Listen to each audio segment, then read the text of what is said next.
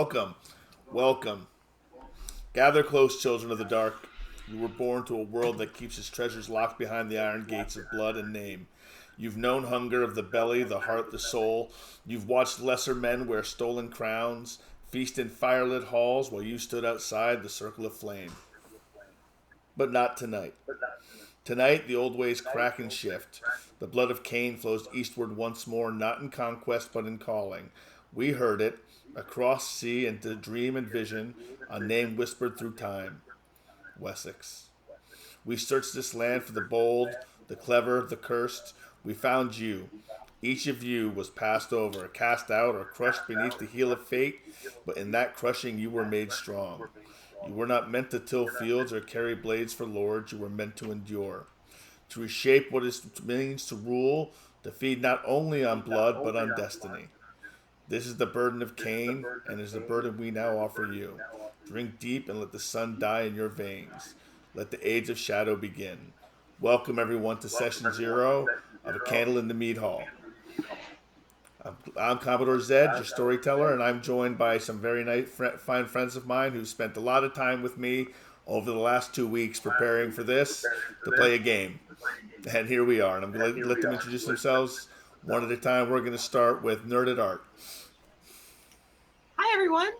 I am Nerd at Art. I don't really stream on my own channel, but you will catch me over at the Team Wildwood channel every so often, where the Hubs and I play video games. I do art on stream sometimes, although it's been a while. And mostly you will find me playing tabletop RPGs these days. I do Vampire here with Zed on Monday nights, and coming back on the 28th, I'll be doing Marvel with Nerdwire Plays over on his channel, playing Voltgeist. And I am just super, super excited to be here tonight with my new vampire character, Rosewyn. And I can't wait for you guys to meet her. Just a quick check real quick. Everyone's got headphones, correct? Yes. Okay, so I'm not sure what that might be. We'll figure it out in post. All right, Weirbowski, welcome. You're new to our coterie or cadre of role players. Welcome. Tell us about yourself. And you don't have to tell us about your character yet, but just tell us about yourself. Yeah, thank you. Happy to be here. I am Weirbowski7, and I also do not stream, but I do play an awful lot of Vampire, and I could not resist the opportunity to play a game set in my favorite time period, the early medieval United Kingdom. And I'm going to be playing a warrior poet by the name of Anarod, and looking forward to talking more about that as well. Excellent. He's followed by Just Joshy. Hey there, I'm just Joshy. Played a lot of Vampire. No, I used to stream like 10 years ago. It's not important. What's important is this game. I love Vampire, and I'm super excited to play some Vampire with y'all.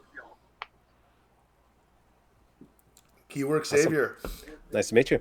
Hello, I'm Keywork Savior. I do stream on Twitch occasionally, kind of intermittently, trying to work on that, as always. But I am lucky enough that I was able to be in Zed's premiere Vampire Chronicle, not Rage Over Lake Blackwater, Lake Blackwater by Night. I cannot talk tonight. So anyway, and I'm lucky enough to be in his second one here, and a lot of energy for the Anglo-Saxon Vampire Chronicle going across the early to middle ages. I think it's going to be great. I'm really excited for how different this is going to be. Then we're followed by Mrs. Keywork. Hi, I'm Mrs. Keywork. I don't stream either, but I got talked into doing this because I've never done a tabletop role-playing before. But I do have some knowledge, I guess, on the historical of medieval England. So because of that, I got talked into it, and I will be playing Windretta, and hopefully you guys will like her. And I don't mess up. There is no messing up. I want your confidence to be high, because this is going to be a great time. Today we are doing a session 0, and I have an agenda. Oh, it's real bad. Okay, so give me 1 second, everyone. I'm gonna listen to the stream and figure out. I'm gonna have everyone talk to me real quick in just a second. You might want to do a gate on mine because it's possible. I got to look for a new mic other than a Yeti. My Yeti might be picking up Mrs. Keyword. Okay. So if you want to gate it on your end, of course I do it through OBS, but we're not, using that.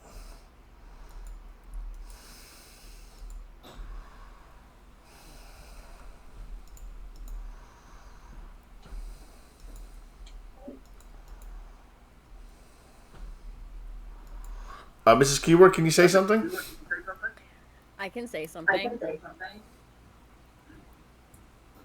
How was that? Was that better? This is another reason for session zeros, that things like this happen now and not while we're live during game. Yes, exactly. This is what session zeros are for. Okay. Yeah.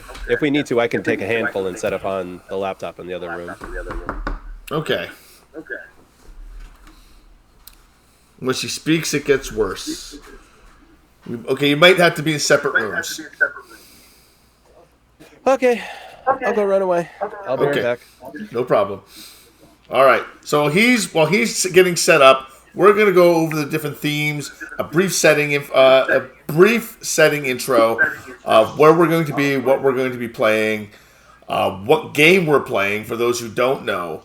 And from there, we're just going to go into the differences about the characters, chronicle tenets, convictions, touchstones, everything about the characters, so you, the viewers, can learn about them, and everyone can learn about everybody. So I have some things that we've talked about, some things I haven't talked about. We're going to get started in just a minute. I'm going to give him just a second to catch up. What was that? So someone just logged in? And, yep, bad dad. Nope, problem. He's getting everything set up, so we'll have everyone here. There does seem someone in the tab not muted. All right. Let's see. Everyone's muted and stream together.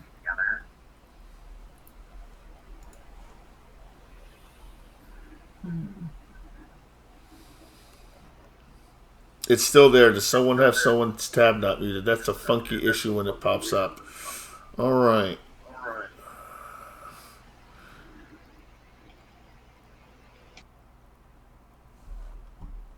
Muted. Maybe we won't do the stream together next time.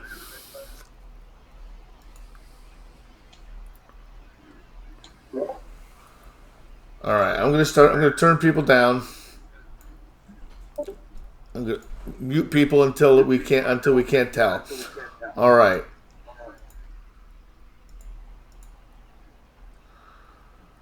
So, Miss Keywork, say something for me. Oh my god, excuse me as I start coughing.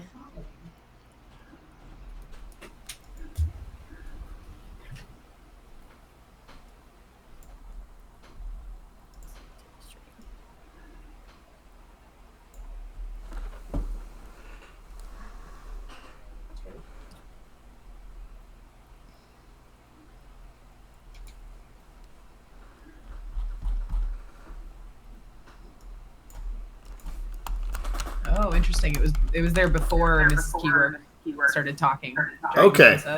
It was there when you were talking before she said anything.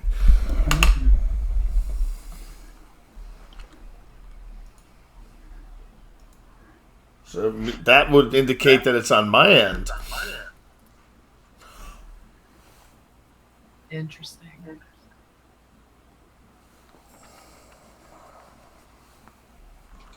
Let me gate myself? That doesn't make a whole lot of sense, but...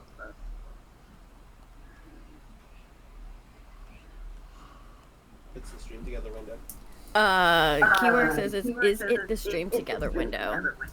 I'll just cancel the stream together. No, it's not. They're all muted. Okay, yeah, okay. Yes, it's there now. You hear it now? It was there when you were talking before she said anything. So I'm coming through someone else's... yeah, it's still echoing. So I'm coming through somebody's speakers. and then I'm coming through their microphone. Is anyone using a microphone that's close to their head? Could be me. Let's see. I'll mute myself. Okay, let's try muting you for now. All right, let's check now. Check. Still seems like it's there. I can actually hear it through Discord. You hear it through Discord too. Mm-hmm.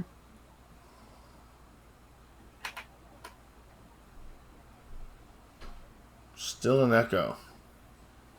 That's weird. Joshy, are you using a mic on your headphone as well? I am, yeah.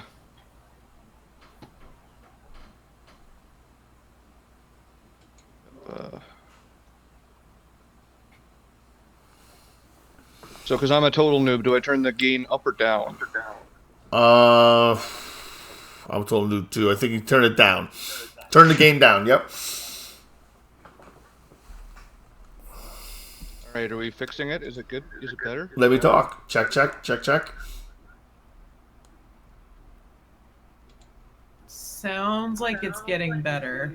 Okay, so that's what I think. I just think it might just be the gain on a mic picking up from headphones. Okay. Sounds like it's still there a little bit.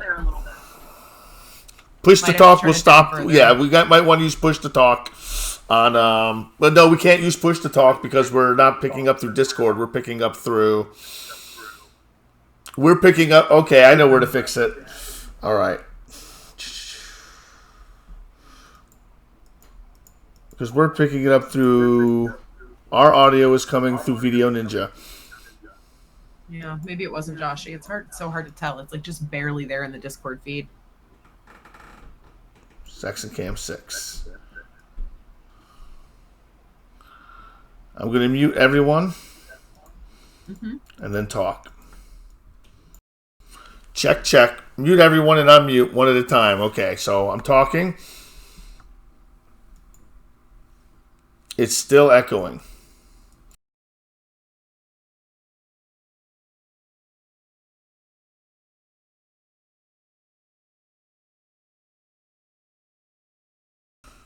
All right.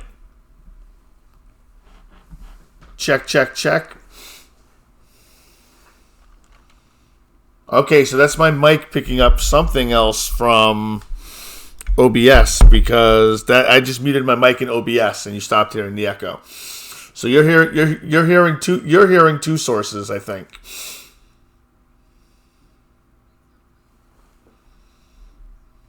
Yes, you're hearing two sources. You're hearing the stream and you're hearing me on Discord. Okay, so I'm going to unmute the first one. Check. Check.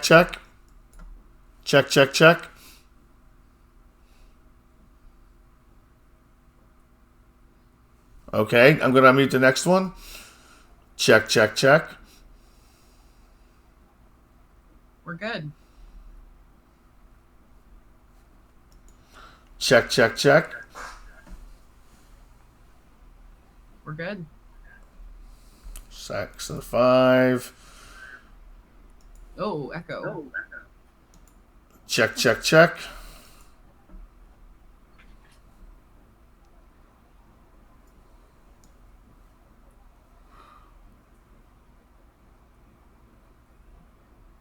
That's what this All right, so it's Weirabowski.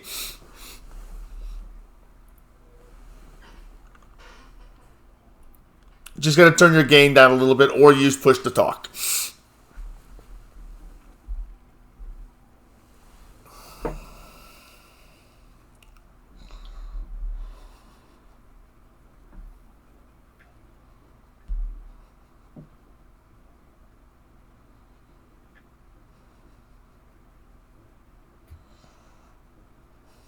It's annoying, but I think we can get around it. I think that'll only be something because we will solve this problem in the I'm the weakest link. Goodbye, Zap. No, you're not the weakest link. That's terrible. No. I'm not Nbot from We'll figure it out this week. From Doctor Who. Yes, it's something that we'll definitely figure out. Okay. Check.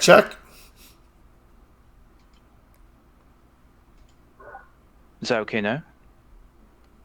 Good. Okay.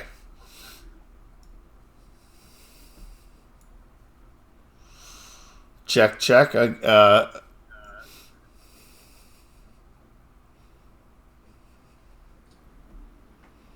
Echo. Check, check.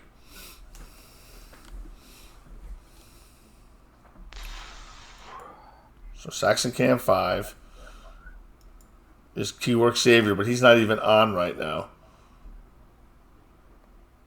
But his OBS is still active though. Okay.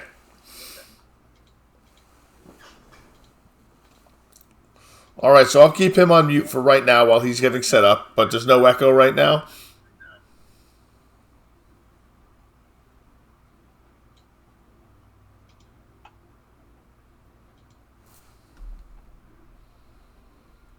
How about now?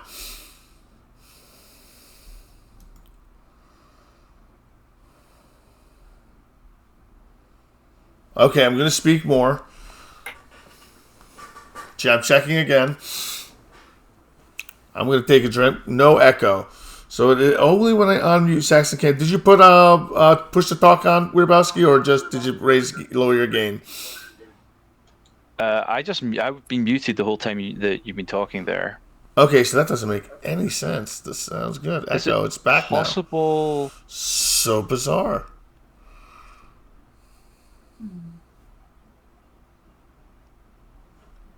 Video Ninja. All right, so we may just go to Discord next time.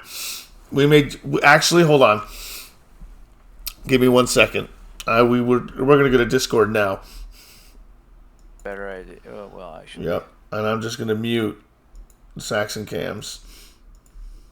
I put my gain down on this. Is that helping? Check, check. How's that? Hello? Check, check, check, check, check. Is it working?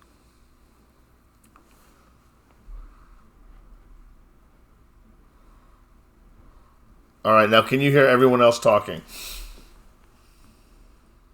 Hello, hello. Hello, hello. I suppose we should all talk. Yes. Something like that. Stuff and things. How about now? This is a test. Do not be alarmed. Day and night difference, pun intended. Fantastic. Excellent. Glad we were able to solve that before we were actually running live. All right. Bad Dad, do you want to send me your Video Ninja? I see you in there. That. Yep, I'm working on it now. Excellent. Just a few here. All right. So now we'll wait for Keyword. Now we just got to wait for Keyword to rejoin us so we can get going. And we'll have no more interruptions. Everything will be great. And we'll introduce Bad Dad Gaming to everybody. Whew. Thank you for the patience. I know that stuff can be not as much fun as actually, sucking people's blood.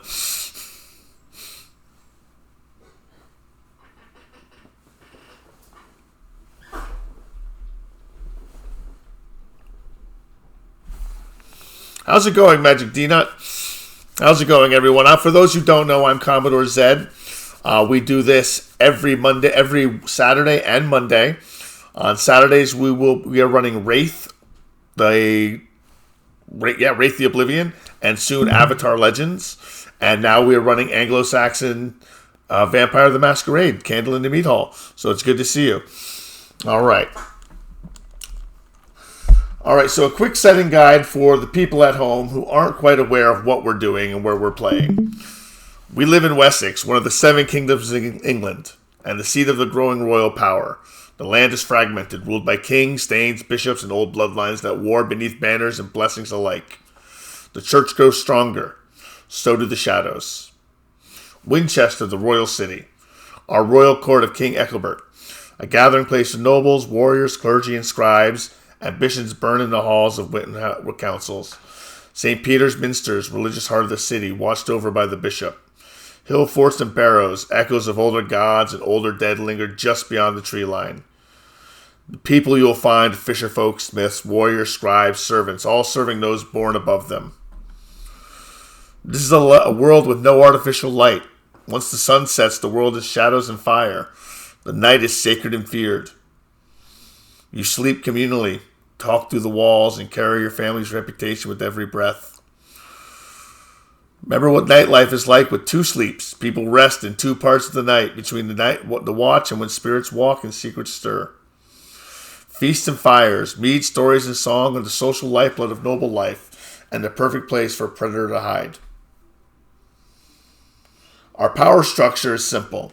King, eldermen rule the land. Their power is physical, spiritual, and inherited. The church is rising. Priests, monks, and abbesses guide souls. They whisper against pagan roots and judge heresy harshly. Land equals power. You gain influence not through coin, but by controlling who works the soil and reaps the harvest. Thanes are the warrior nobles who ride with swords and make oaths of loyalty to the kings.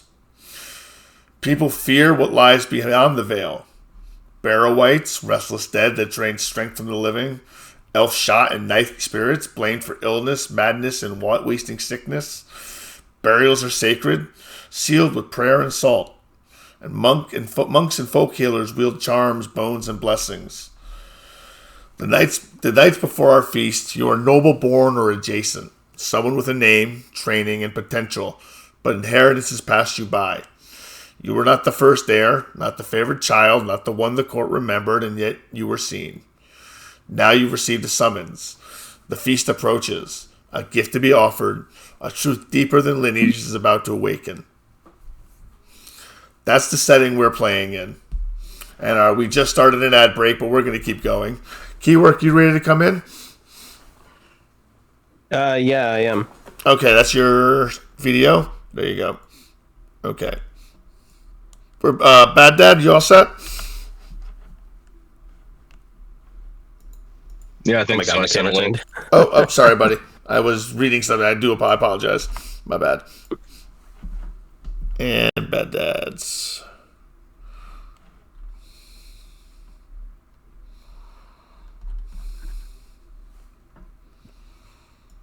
Mother, father, USB cable.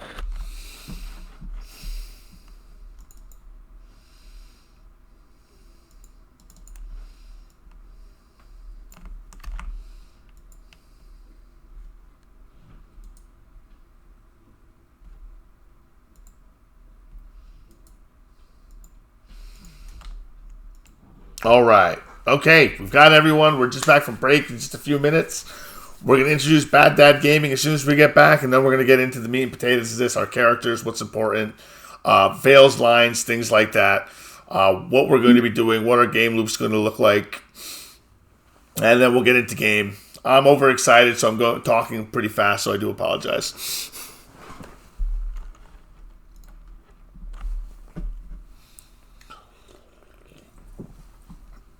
All right, Bad Dad, welcome in. Hey, everybody, what's going on? Why don't you tell us a little about yourself? So firstly, I apologize for my tardiness. I unfortunately live about 4 minutes from where I work at, and they don't care that I have much of a home life, so I had to run in there and didn't quite make it back in time. I appreciate you making it and letting me know, brother. So no hard feelings, nothing that I know how it goes, man. I know what working life's like.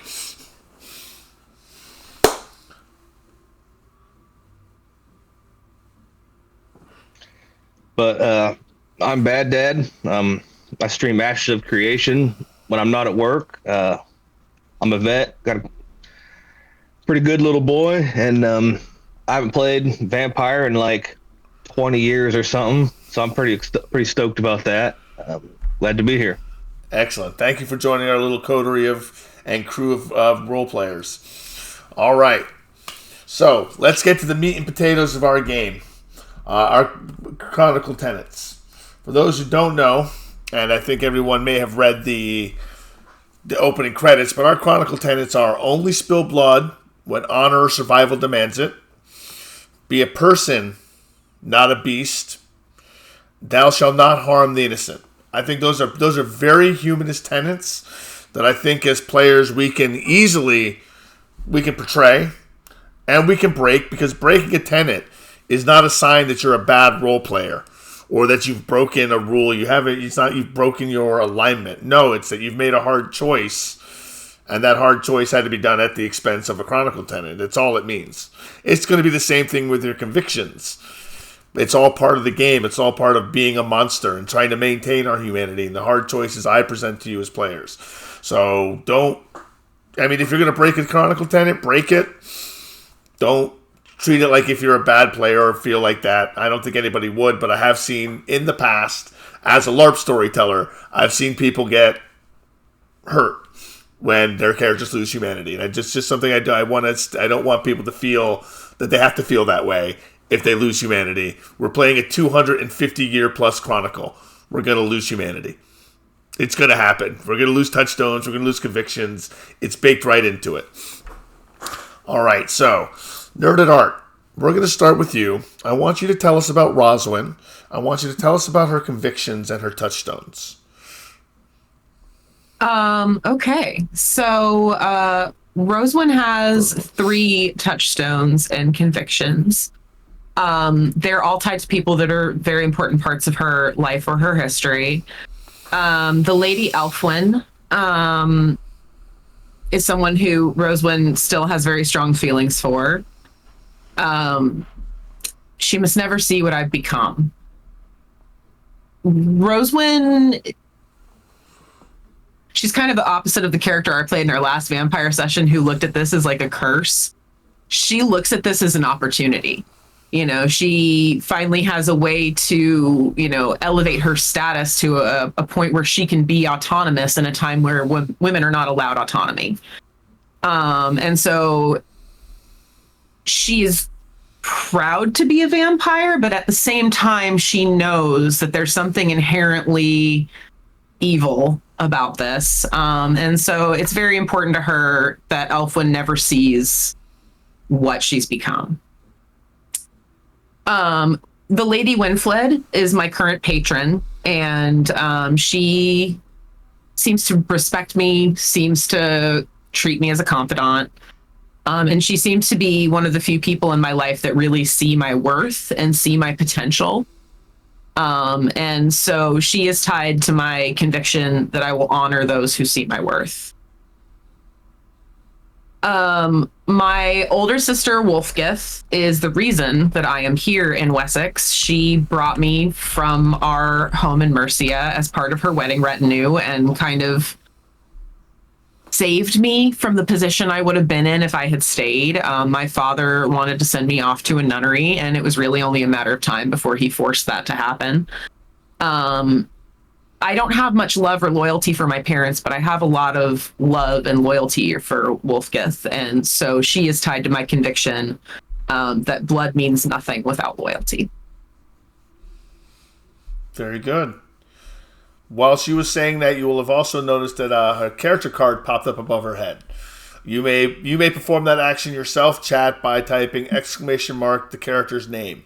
And it will pop the character card with their convictions, discipline, spread, and clan, and perhaps other information down the line as we're able to fit it in there as we go along.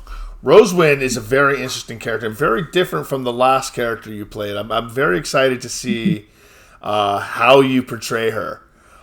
Yes. Especially since she's a dressmaker, and I'm peeking hard. Seeing how she's a dressmaker, and we had a dressmaker that you demolished in We are here to explore the long and tense history between Dressmaker and Dane. Excellent. I love it. Mrs. Keywork, you're next. Ooh. Okay, so what I want you to tell me about, just to remind you, is your convictions and your touchstone, not your tombstone, your touchstones. Not yet, anyway. Your convictions, and tell us about Wendretta. I hope I pronounced that right. well, that's how I pronounce it. So, one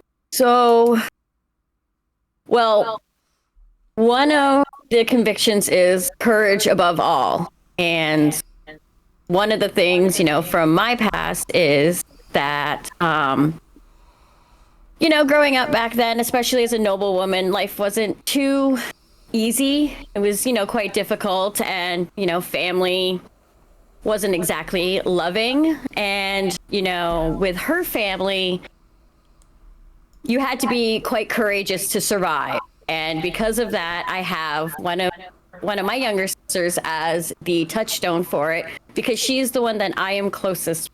She is the one that we know each other. We don't have to say anything. We just have to give a look, and we know we are very close. And two of us, we're quite courageous together. And then the other conviction is respect your elders, which is, it's kind of funny because, she's also been married off to a man that's about 20 years older than her when she was a very young girl. How are you supposed to respect your elders? Well, there are elders out there that do deserve respect. It's just, she hasn't quite yet found those people. But when she does, there is a certain level of respect you need to give. And, hopefully someday I'll get there with that. And yeah.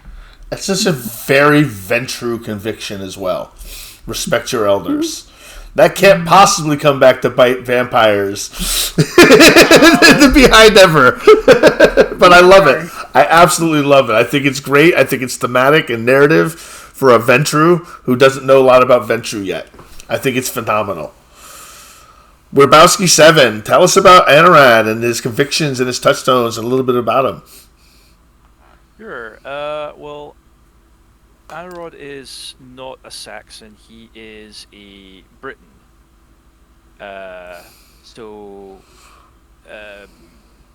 Basically, before the arrival of the Saxons in Britain, it was just the Britons who lived there. And at this point in history, they're pretty much reduced to kind of the east coast, like Wales, then Cumbria, then up into southern Scotland. Where he comes from is the Kingdom of Strathclyde, which is now in Scotland. He is a bard, a warrior poet, a man about town, a bit of a lad, to be honest. He is because he's a bard and he has this kind of, like, the Britons have this oral storytelling culture. He's kind of, his main concern is basically protecting the indigenous culture of Britain. And the touchstone, which I think we were going to talk a bit more about, Zed, I think we were going to talk about this, is he has a harp, which is potentially possessed by some kind of indigenous spirit. That's I've been working on that. Yeah, we haven't fleshed it out yet. We will have that completely fleshed out mechanically and everything for our first game. But Nice. what I haven't it's carved from a sacred tree. Ooh, yeah, I like that. It's carved from a sacred tree. It's older than you. It's older than Rome. Not older than Rome, but older than Rome's in Britain. Yeah. Older than Rome's in Britain. So we have the haunted harp, so to speak, but it's a touchstone, and it is normally you cannot have an item as a touchstone, but we have a special lore sheet that Anarad has bought into, and we'll pull that up right now and actually read that to people who might be interested in knowing what kind of little homebrew stuff we've come up with. Let me pull that up real quick. That's in our rules section. I was pulling it up, but I was very slow about it. So while I'm looking that up, tell us about the rest of your convictions. Protect those who create, and the person for that is Wilna the Brewer, who is one of the NPCs that live around Winchester. Who I imagine he performs at her alehouse tavern thing. So they have a professional relationship. The third is the downtrodden deserve respect, and the NPC link to that is Frigith the Healer, because she seems to kind of walk a fine line between kind of Christian, being a good pious Christian or whatever, and also like using pagan healing on people. which is something that would appeal to Anarod because you think he loves that. He's a big fan of natural remedies, let's say. Okay. I like that. All right. Just Joshy, tell us about SUNY, your touchstones, your convictions. All right, so I've got my convictions are kill only in self-defense. A solution can be found. Violence is the last resort. And then never torment the truly innocent. As far as convictions go, I still have a little bit to workshop there, but I've got Aelfward, who is the person who took me under their wing during the first probably year or so that I was on the island. Taught me everything I know, taught me the language, taught me and really helped me make something of myself in this new land. And I wanted to tie them to never torment the innocent, because I believe that they're probably the most innocent person that, or at least in SUNY's eyes, the most innocent person that he knows. And then I was thinking, and I don't know how to tie it to a conviction, but I was thinking of getting maybe like the first coin that he ever earned as one of his touchstones, or as one of his, touchstones. And that's the end of my workshopping. Okay. I still need a third. What do we think of that coin idea? The coin is tough because literally the only way to have an item as the touchstone is to take the lore sheet, which I'm still going to read. It's because normally you can't. I wish it was more. It would make sense. Don't get me wrong.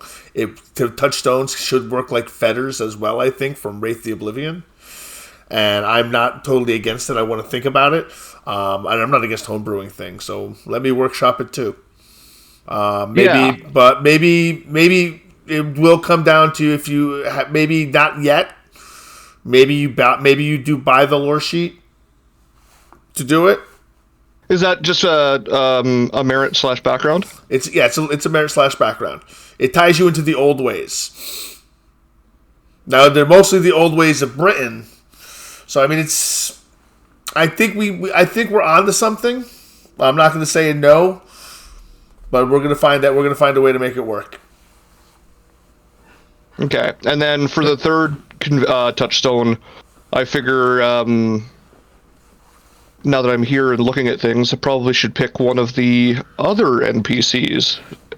What are we thoughts on that? What do you sell?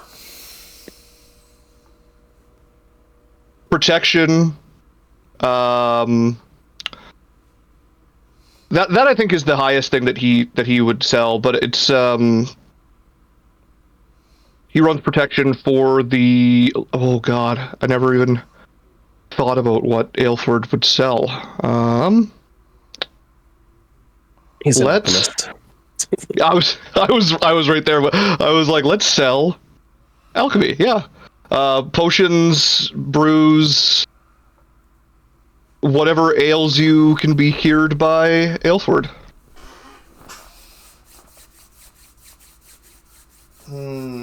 Okay, so here's what I'm thinking. I'm looking through the guys that I have right now. There's a curious young scribe who buys stuff from you. His name is Brother Sen, Cenn. He doesn't try to convert you. He buys things from you. Maybe we can make him work. Sure, sounds good to me. Let's think. What kind of connection could you have? What's the conviction that you're connected this touchstone to?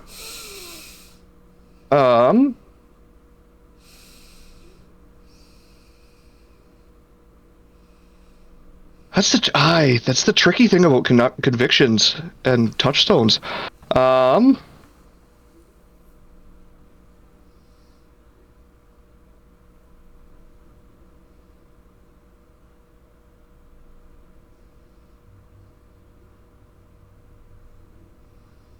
a solution can be found. Violence is the last resort because we're connecting across religious lines. Because that's exactly where it's going. Because you're connecting across religious lines, you're not being bigoted toward each other. He's coming to you. He's buying things from you. You're treating him fairly. He's treating you fairly. A solution has been found. Breaking that, something bad happening to him, it would be the cause for losing that conviction. I think that works. All right, that's great. I like that. Perfect. Werbowski, I wanted to go back and I wanted to read that lore sheet out to the folks. Where'd it go? Rules. There we go.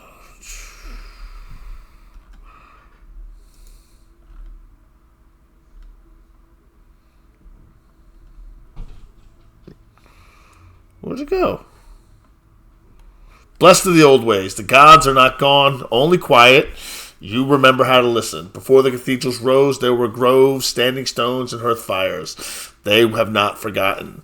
Whether you were born to the faith, came to it in rebellion, or rediscovered it, the old gods are not dead.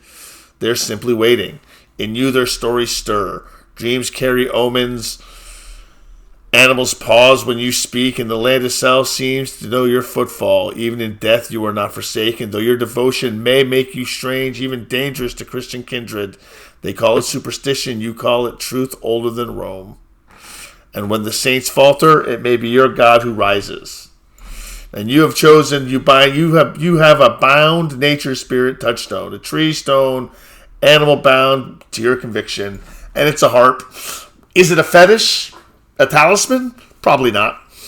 It probably won't have any magic powers, but you have a touchstone that can last longer than almost any other touchstone, as long as you don't get it wet. Or feed it after midnight. Don't feed it after midnight. Don't get it wet. You should be good. Keywork Savior, tell us about, and how do you pronounce his name? So we've had a little bit of a situation with the name. His name is supposed to be Kinneric. So it is Cyneric. So it's just, session 0. He is, what is he? A Saxon, right? He is the bastard son of the 5th son of some noble person somewhere. Basically discarded from birth, right? He was, trash according to anybody who had any importance. The people around him took care of him, the scullery maids and such. Spent a lot of time by himself, really, until he was 16, whereas he was made essentially a wedding gift to the second cousin of his father. The person who had seen maybe 3 times in his entire life, and came and collected him and brought him away to basically make him the man who took care of Windretta. To stand at her shoulder, she is his everything, essentially, as pledged. And now that they've been together for coming up on 17 years, I think, something like that, 16, 17 years since, she is actually one of his touchstones. Well, she can't be where one he of is your sworn. touchstones. She can't be one of your touchstones. No, you can't have a player. Okay, you can't have a player I guess character or a supernatural as a touchstone. Oh, interesting. Well, I'll have to work on that. I actually, it's funny because I did convictions, but I didn't do touchstones. It's okay. That's what we're here but for. It's a sworn fealty to Windretta. Never to assume the origins of others, being somebody who was, again, discarded simply based off of who his father was and the premises of his conception. And then he has the conviction to never disobey an oath sworn in blood. So. Also, another very Ventrue oath to take. I can't wait to see this. We got 2 Ventrue and a Bruja. This is going to be great. And I don't see. We'll get to some more stuff something I don't see in a little bit. But I think it's going to be great. 2 Ventrue and a Bruja. Oh, it's going to be a great coterie. All right, Bad Dad. Tell us about Leaf. Tell us about your convictions and your touchstones. Okay, let me bring it up here. So, Leaf is a Dane. From a young age, it was known that he has the sight, which he inherited from his mother, who unfortunately perished in a raid. He's the youngest son of Harold, who was a farmer of land, as such that it was in that part of the world. In recent times, he's seen visions of him traveling to the land of the English. He doesn't know what he needed to be there for, but the visions have told him so. Well, my push to talk is putting a million B's on my character sheet here.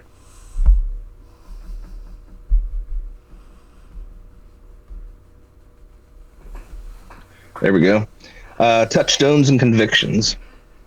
Convictions is all knowledge is worth the price of blood, and do not kill without purpose. He has 2 touchstones: his brother Olaf, or his son Olaf, and his brother Harold. Family. I like it.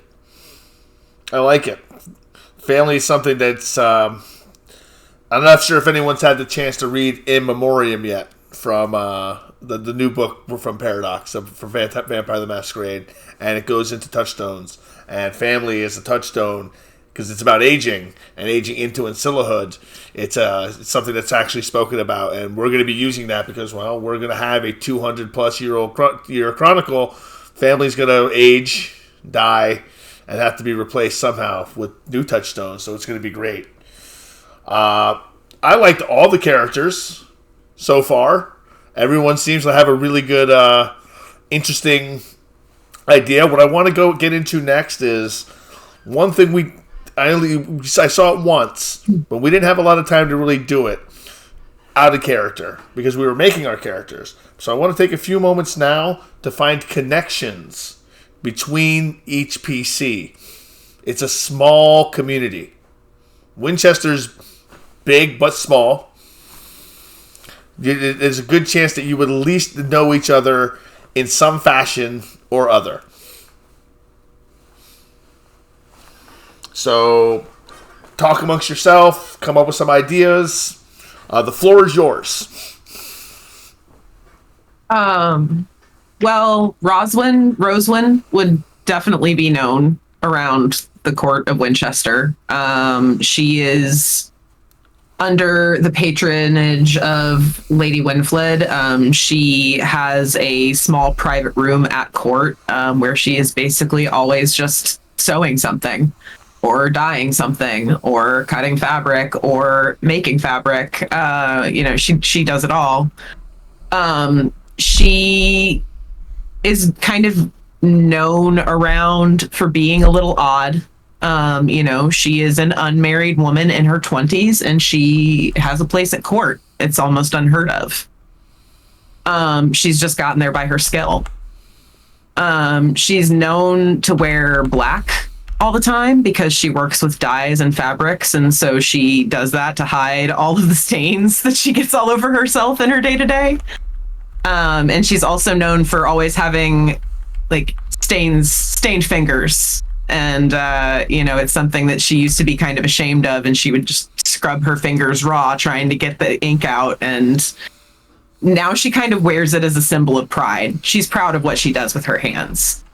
She has a lot of pride in her work and how far it's taken her.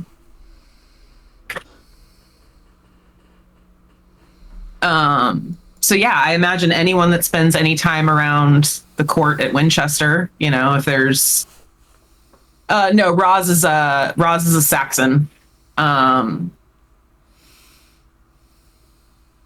So she is from a minor household in Mercia.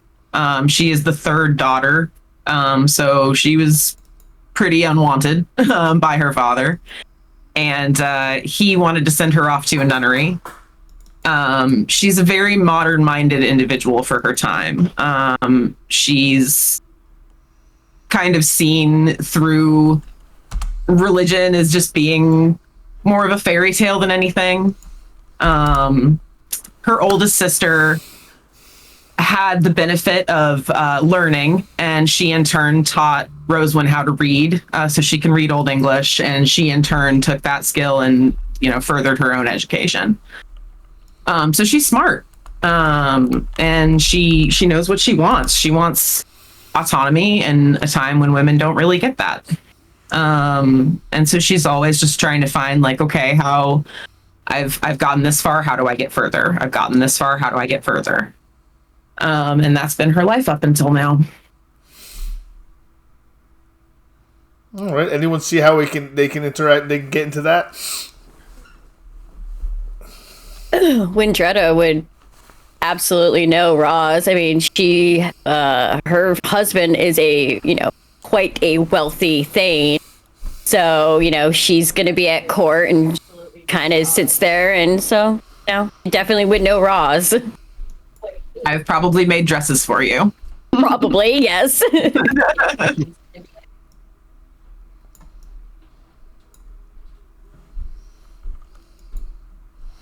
Yeah, I feel like Anarod would want to kind of get into that set, but is probably currently on the outside of it. Probably, yes. What Anarod wants is a powerful patron currently. As an itinerant bard, he's pretty much relying on his own ability to entertain people for money. So he would really like just a permanent position, in a court with a wealthy lord who will give him everything he can eat and drink, and just let him do his own thing. But probably wouldn't know either of you at this moment. Like, maybe I'd know you to look at you, but would probably never have interacted with you. I feel like you may well have spoken with Suni before. Suni's like a trader and is into, I imagine, probably more hangs around the same locales as him, I would say, more than likely. Yeah, likely. There's a little bit of a religious connection as well, but definitely if you're doing any kind of trading or dealing or anything like that, I would like to think that Suni knows you.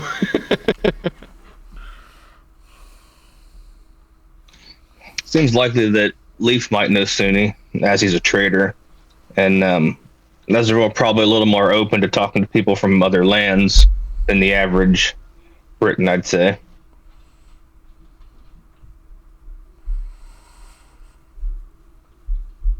All right. So through trade, Rosewood has to get her stuff from somewhere, from a trader. Maybe you've maybe not necessarily run into paths like that, but you've had proxies that have worked back and forth. So Rennick has probably dealt with lots of people that on behalf of other people. Definitely. Within court, around the area. Public houses.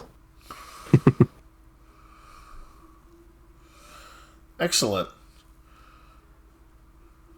Does anyone else see any other ties that they kind of want to introduce? We have some solid ones, and I think the way it's going to work, everything, the way the game is going to be set up, the way the coterie is. We're gonna talk coterie. We're gonna actually do that here as well, because not everyone spent their coterie dots, and I really want to do that as well, because that default feeding difficulty of feeding your domain is just bonkers. It's just bonkers. All right. So they all know the Cooper. Do they all know the Cooper? Yes, everyone knows the Cooper. The Cooper is going to be a special NPC that Dragon Gem is going to fund when she gets her 10,000 channel points. So everyone's going to know. Everyone's going to know the Cooper. Yes, for those wondering, we do have some channel point redemptions.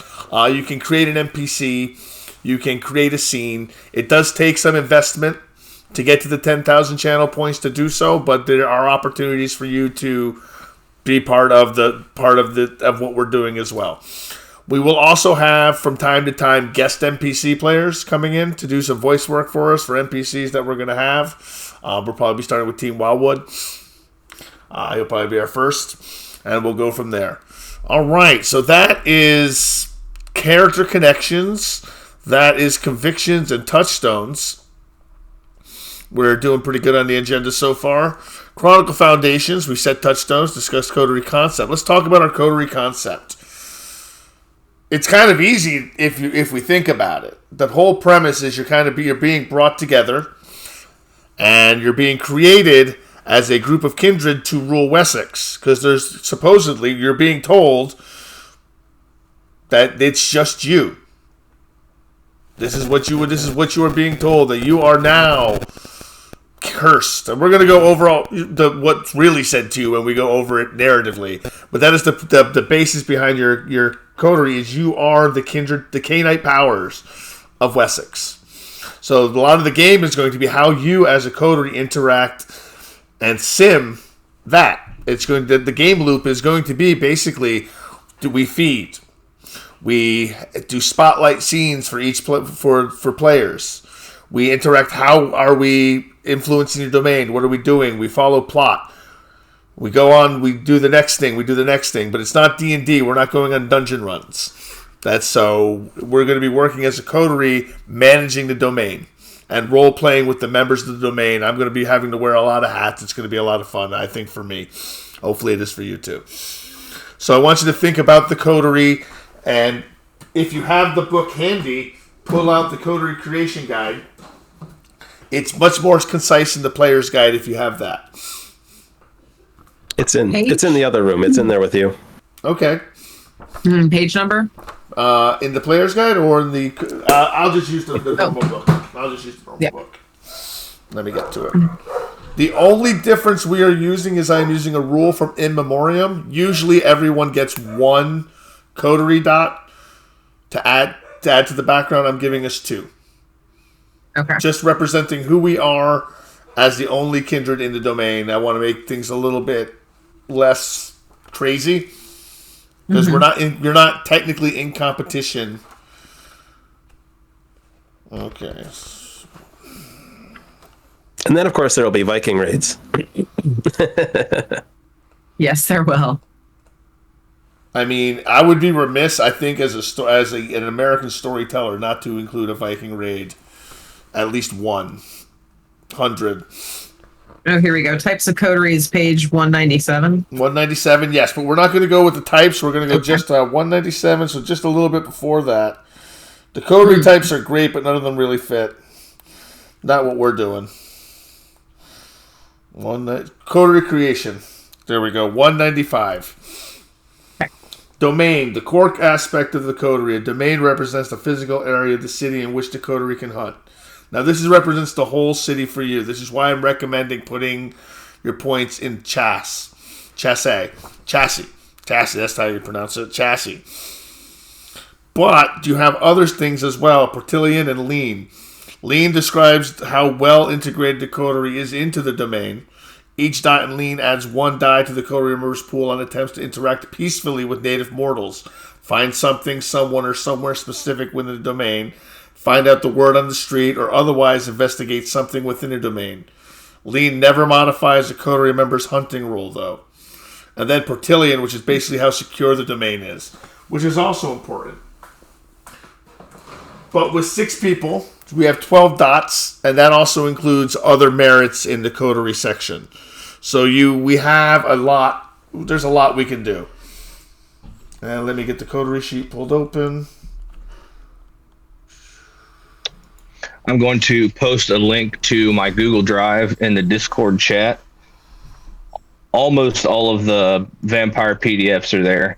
There's a whole bunch of different games in there as well, but you guys are more than welcome to it if you want it. Nice. Thank you much. It's like 13 and a half gigs of PDFs or something. There's a ton of them in there.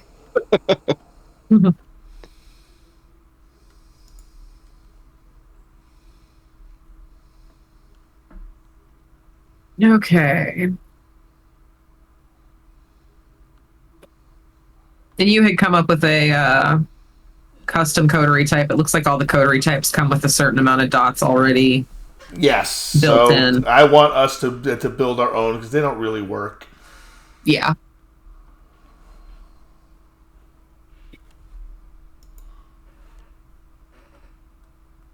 I'm just looking for the coterie sheet. I don't know where I lost it. Well, it's gonna be in my downloads.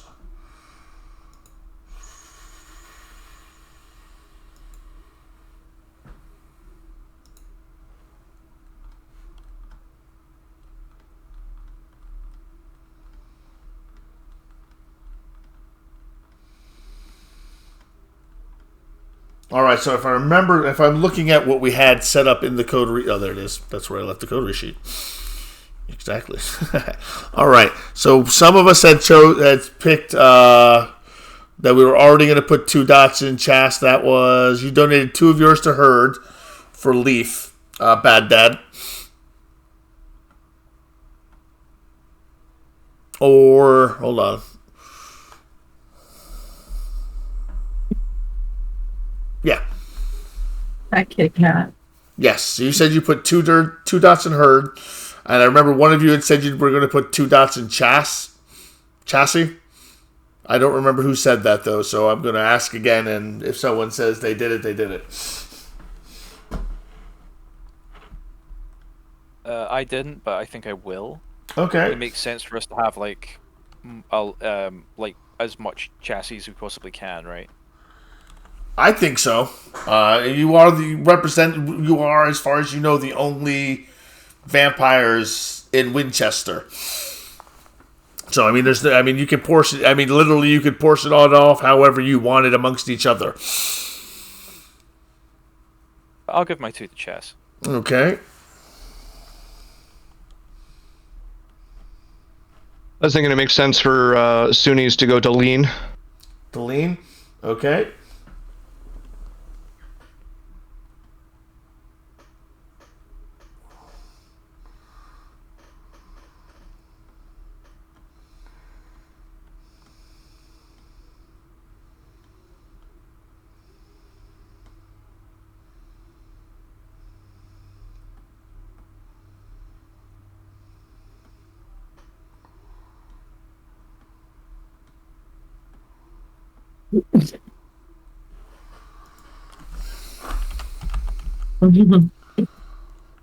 Hold on.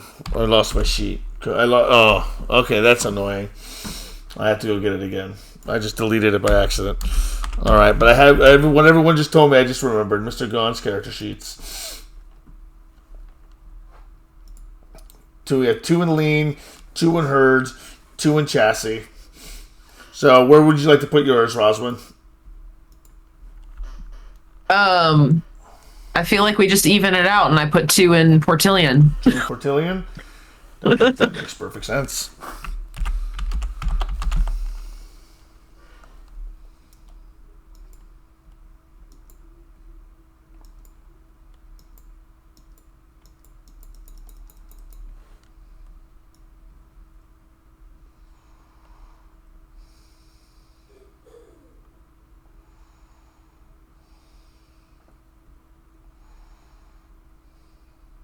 And how about you, Keywork and Mrs. Keywork? What do you want to do with your points? There it is. Okay. Don't walk on the key. I don't have the book in front of me. It's in the other room. Okay. That's fine. So, 2, 2, so 2, 2, not 3. 2, 2, 2, 2. How about you, Mrs. Keywork? What do you want to do? What do I have to choose from? Because it's just the chassis lean in Portillion. No, you can also buy any of the background. So you can buy more Herd. You can buy allies, influence, things like that. Welcome in, Raiders. Thank you, Haggard, for the raid. Welcome in, everyone. We're in the process of doing session 0 for Vampire: The Saxon Ages. Welcome in. I don't have a big introduction for you because we're actually in the middle of something important. We're creating our coterie. Welcome in, everybody. Allies might be good. Bad Dad is absolutely correct. And we can decide what those allies are. It could be the Night's Watch or... The Night's Watch. What is this, Game of Thrones? You know what I mean. The Night Watch. City Guard. The City Guard. The wall with you. Maybe something like allies or contact. because like I said, I don't know what I'm doing, but that sounds good. Okay. Now, allies. So we'll go to and Cyrenic.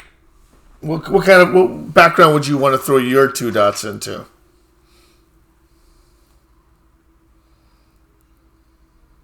It's a good question. I haven't really put much thought into coterie creation, so now I'm kind of curious how, like, for the coterie, what a background would mean for this disparate group of people, nay vampires. So it would mean influence that this disparate group of vampires is going to be gifted with to start with. This is your land grant. A merchant skill, since a few are merchants. That's a good one. Ideas from chat are more than welcome. Definitely.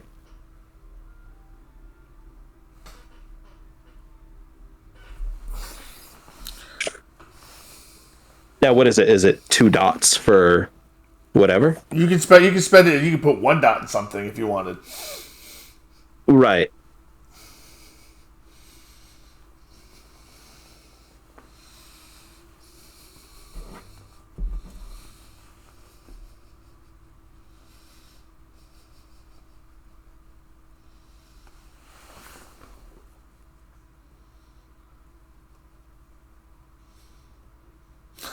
I got a quick question for you, Rabowski, while he's doing that.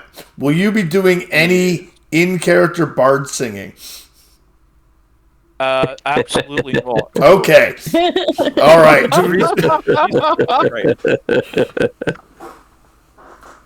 I thought about it, but I also don't speak Welsh, so...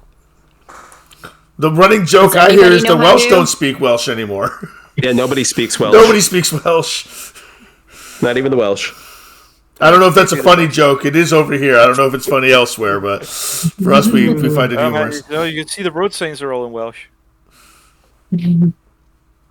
But yeah, no singing. I promise. I might describe what he's singing about. Okay. I was thinking I would do it that way.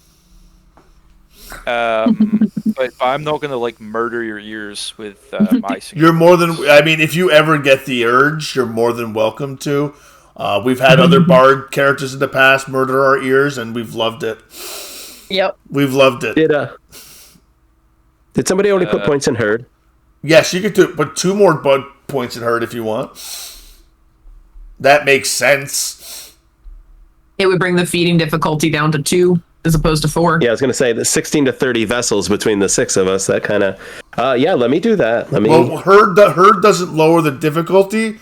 Herd lets you slake a certain amount of hunger per week. Okay.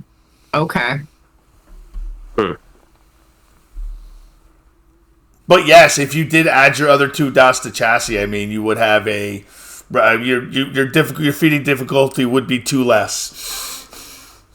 Because I put a dot of herd on my character sheet, does that apply to the whole coterie or just to me? Just to you. Okay. So what if I split it up? What would 1 dot in herd and 1 dot in chassis do? It would lower your difficulty to feed by 1 and give you coterie 1 dot to slake their hunger per week. All right, let's do that then. Okay. That feeding efficiency, I feel, is going to be very important. Yeah.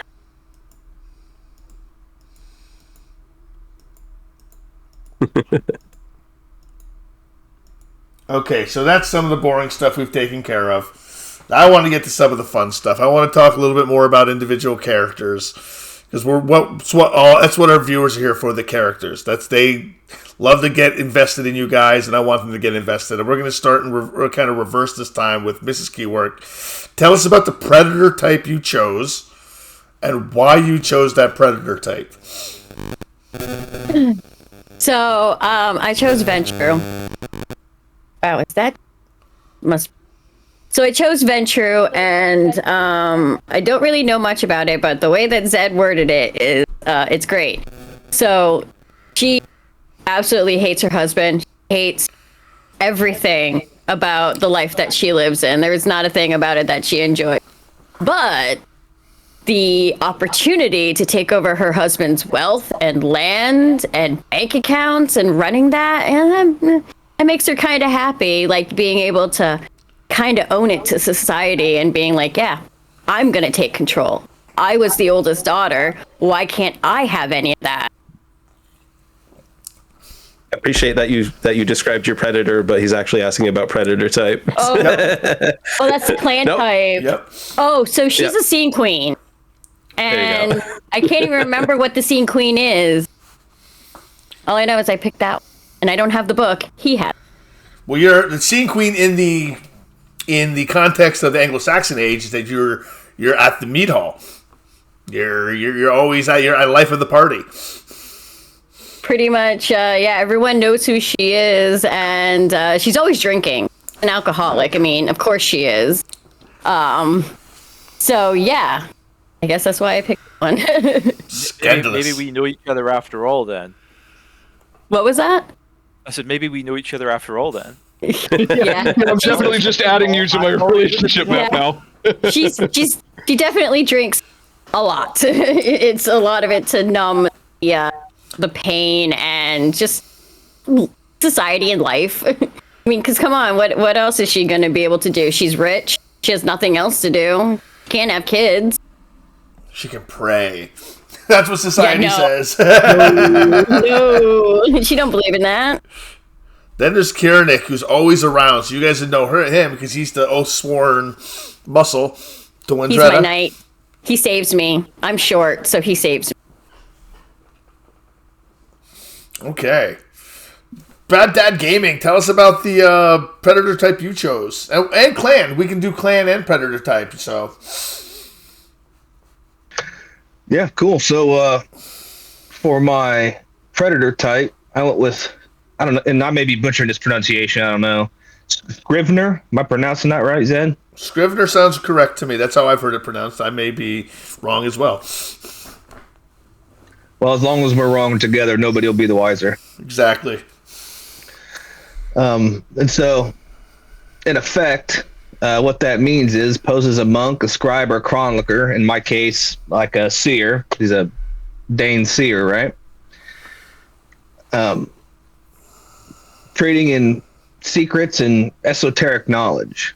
And as far as clan, Leaf is a Malkavian, right? Like they're known as like the crazy people and the oracles. Excellent. Now the Malkavians have changed a lot in the 20 years. Now they are still always mentally have a mental derangement about them, a mental disability, but now it only takes effect when their clan compulsion takes effect.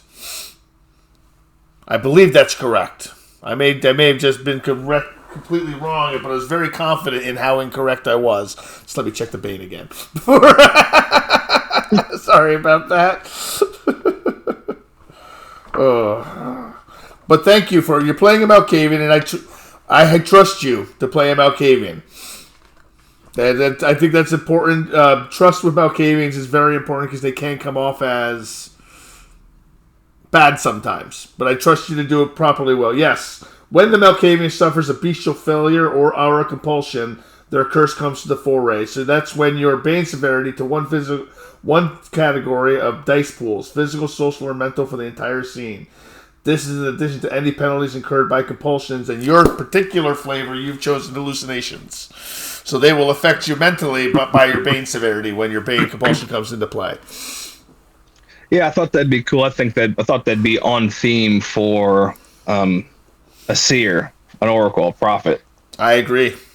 Cool. Are these going to be like a schizophrenic who has regular characters who show up, or are these going to be contextual?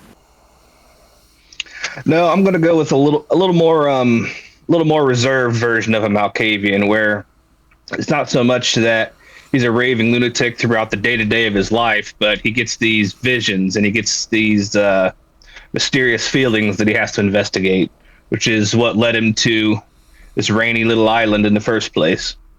Right. No, I just meant your hallucinations. Oh, I guess we'll both be excited then. Oh, there you go. How that plays Storyteller out. decided. All right. Tell us about Kinrick. He is a predator type. One that you made up, right? You said you made those up. The Yep, Huskarl. the Huskarl. Yep, is one of the appropriate ones I made. Yep.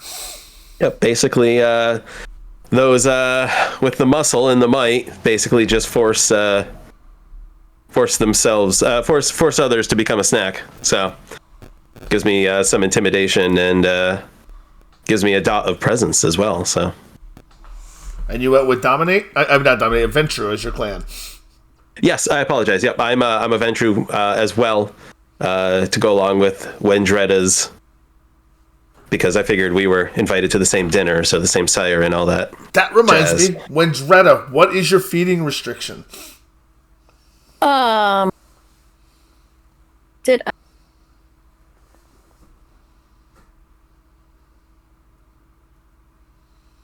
I love putting people on the spot.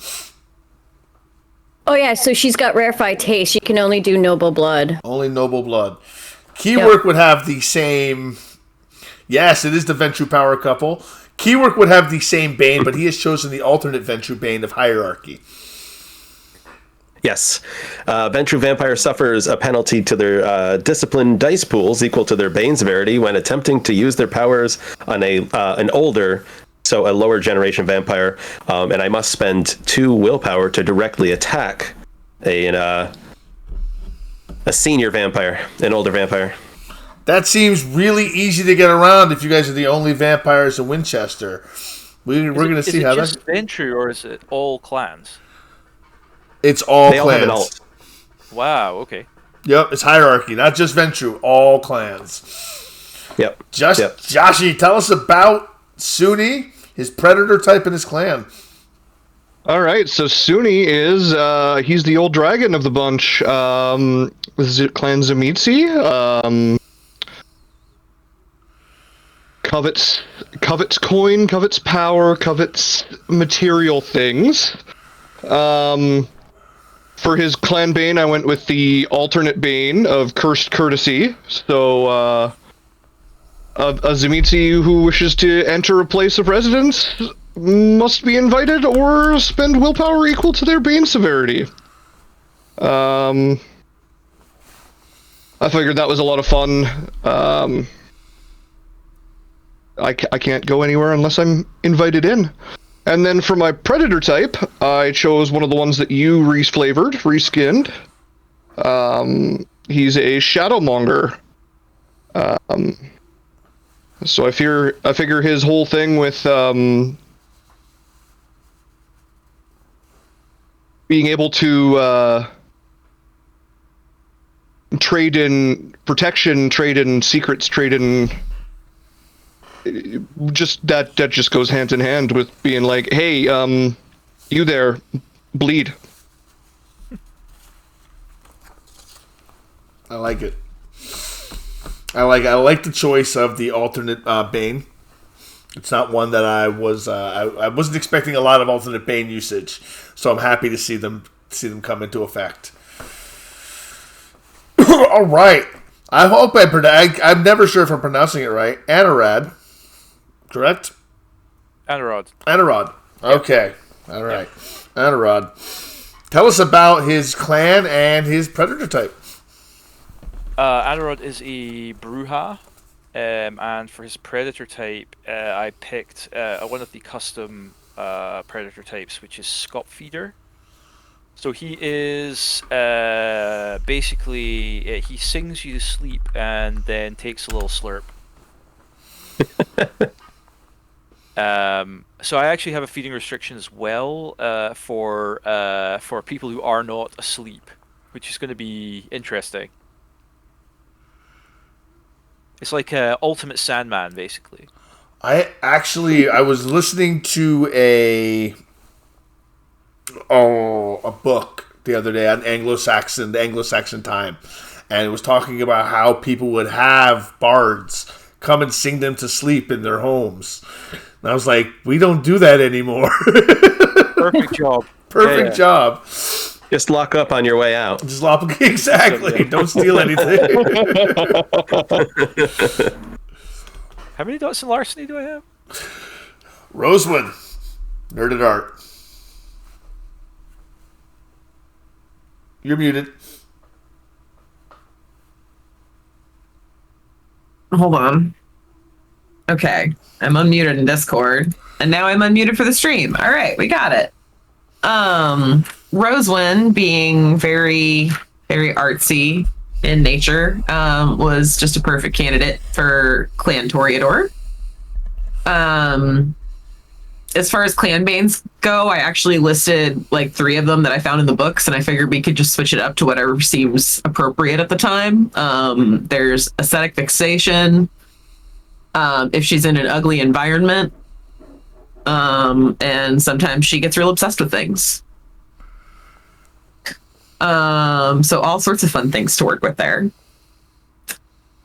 And for my predator type, Zed actually kind of custom brewed one for me because I had very specific ideas in mind, you know, being the seamstress to, you know, the highest lady of the court of Winchester. I have a lot of alone time with people when I'm measuring for dresses, pinning dresses, doing fittings, all of this. I have all these opportunities where it's just me and the person in the room that I'm doing the fitting with. And you know, it's also kind of well known around court that I do some of my best work during the watch hour in the middle of the night. So to ask someone to come to my chamber so that I can finish their fitting in the watch hour isn't uncommon. And if they stumble back to bed looking a little pale and wobbly, you know.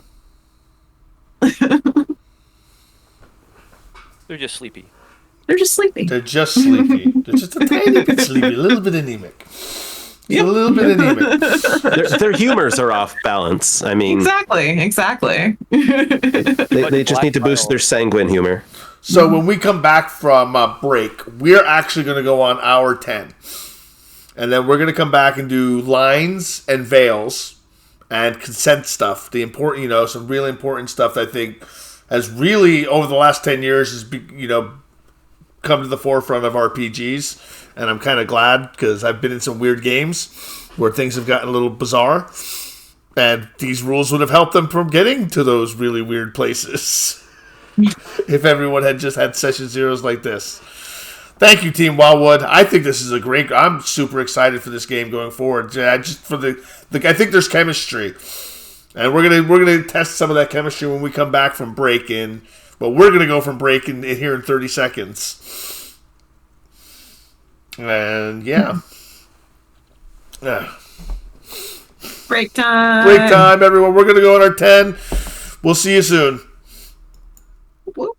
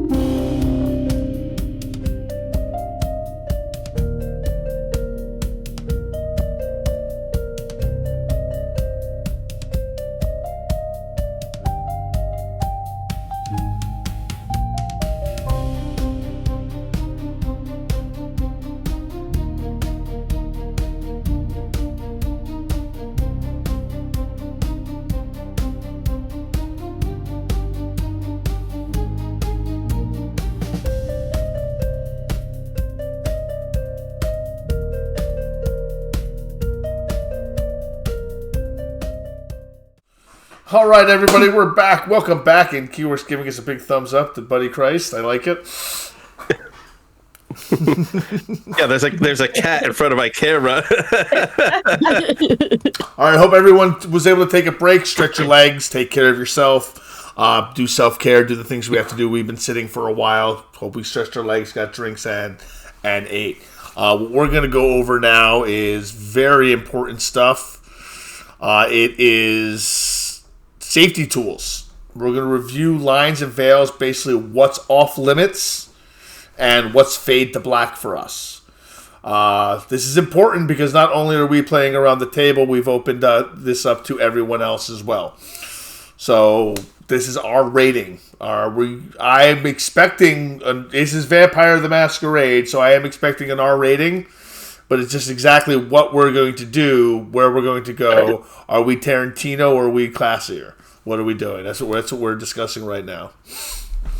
All right, so for my lines and veils, things that are off limits for me, I don't like to do sexual violence in any way, shape, or form.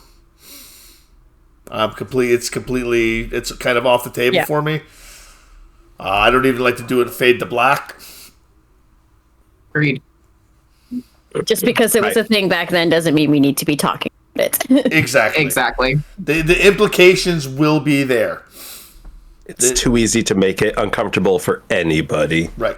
Mm-hmm. So it will never be depicted. And I won't use. And if it is mentioned, it will be mentioned very, subtly. If it comes up, I will. I can't imagine any reason it has to, but I'm not going to completely pen myself into a thing. I'm never going to show it on screen ever. Things with children. That's also another kind of a veil for me. I don't know how that works for everyone else, but that works for me. I've got them of my own. I don't want to think of them in terrible ways. Mm-hmm. When we're done. Good. That means my little vassal will be safe from God. My little whelp. Oh, is it Touchstone? No. He's just a background. He's a merit. Oh, merit's a fair background. Well, he's a child. So. Okay. Anyway, let me hear what you guys. I want to hear your lines and your veils. What is your hard nose?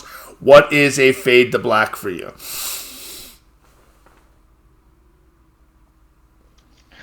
I'm on board with basically the same two things: sexual violence and being nasty to the children. That's about what I've got too.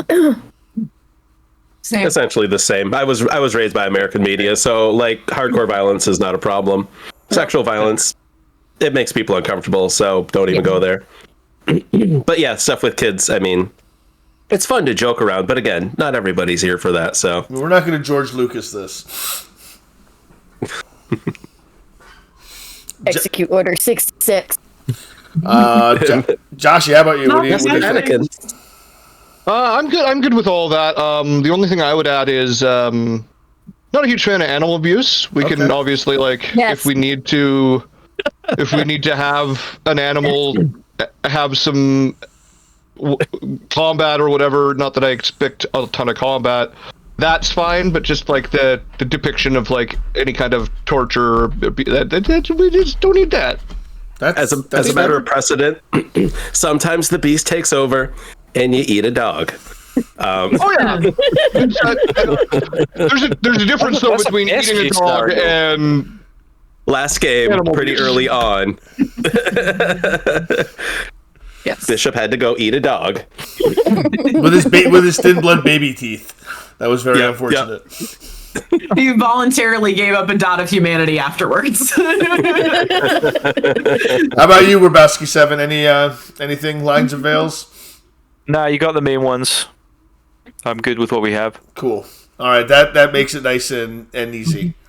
All right, X card break policy. If anything ever gets out of hand, throw up an X.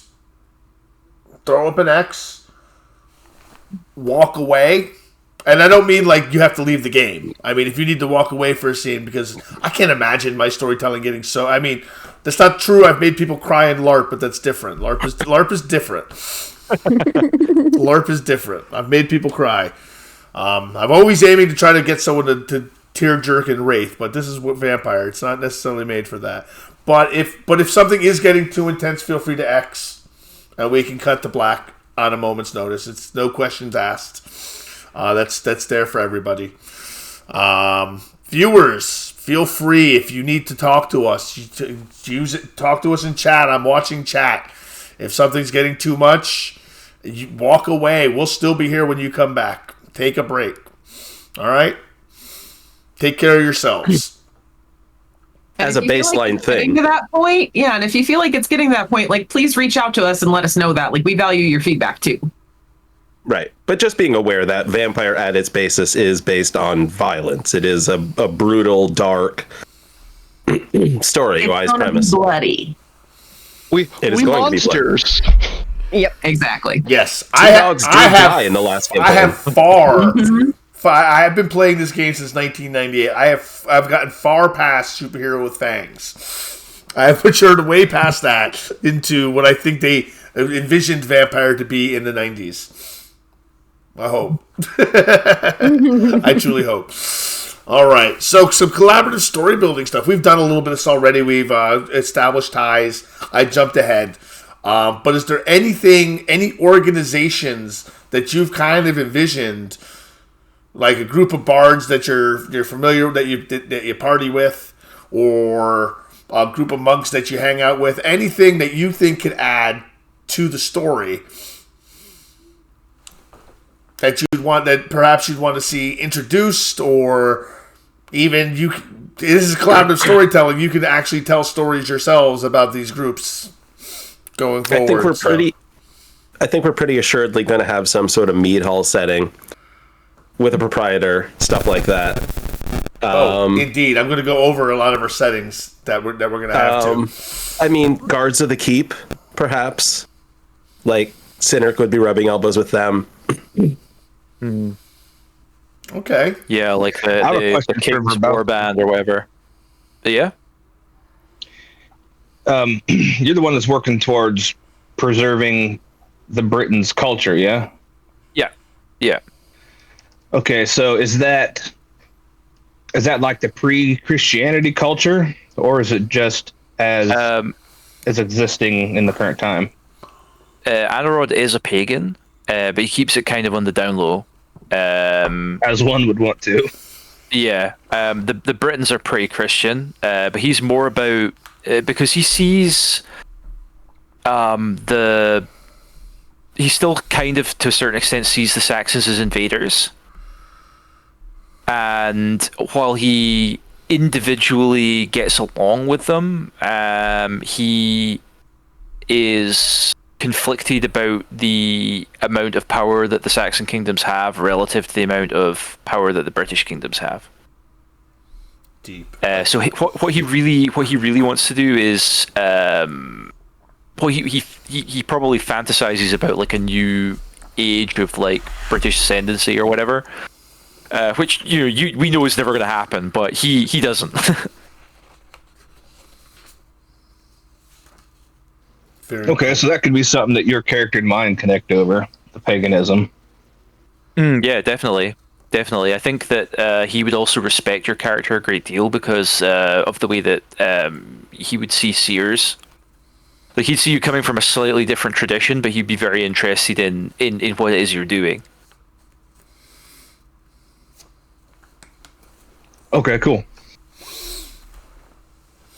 All right, so perhaps there could be a cloister of monks around that too. The surreptitious pagans. That's a classic. You got your secret pagans everywhere, and like a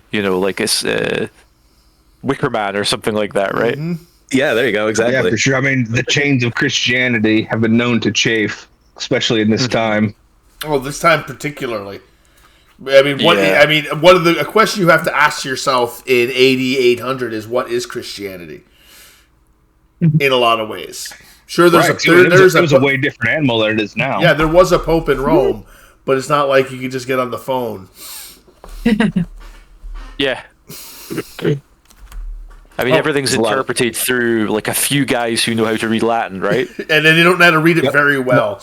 And funny, they apparently. I was reading, I was listening to this book, and they were going over how there was Latin. I can't remember the documents, but they were just when it was translated, it was just all nonsense anyway.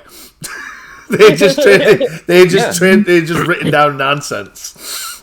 It was great. The sermons were based off of the nonsense as they wanted people to read it. It was the original fake news, right? Yep. But it had to do with the localized power structure, and the Christianity is what justified the serfdom. That's what justified the nobility and all that. They ruled by God's, ordain. Okay. Well, there was also a concerted effort by the Jesuits, as I recall, to keep people from being able to read the Holy Book. Yeah. Mm-hmm. And of course, Latin Mass too. It's spoken away from the people towards the crucifix.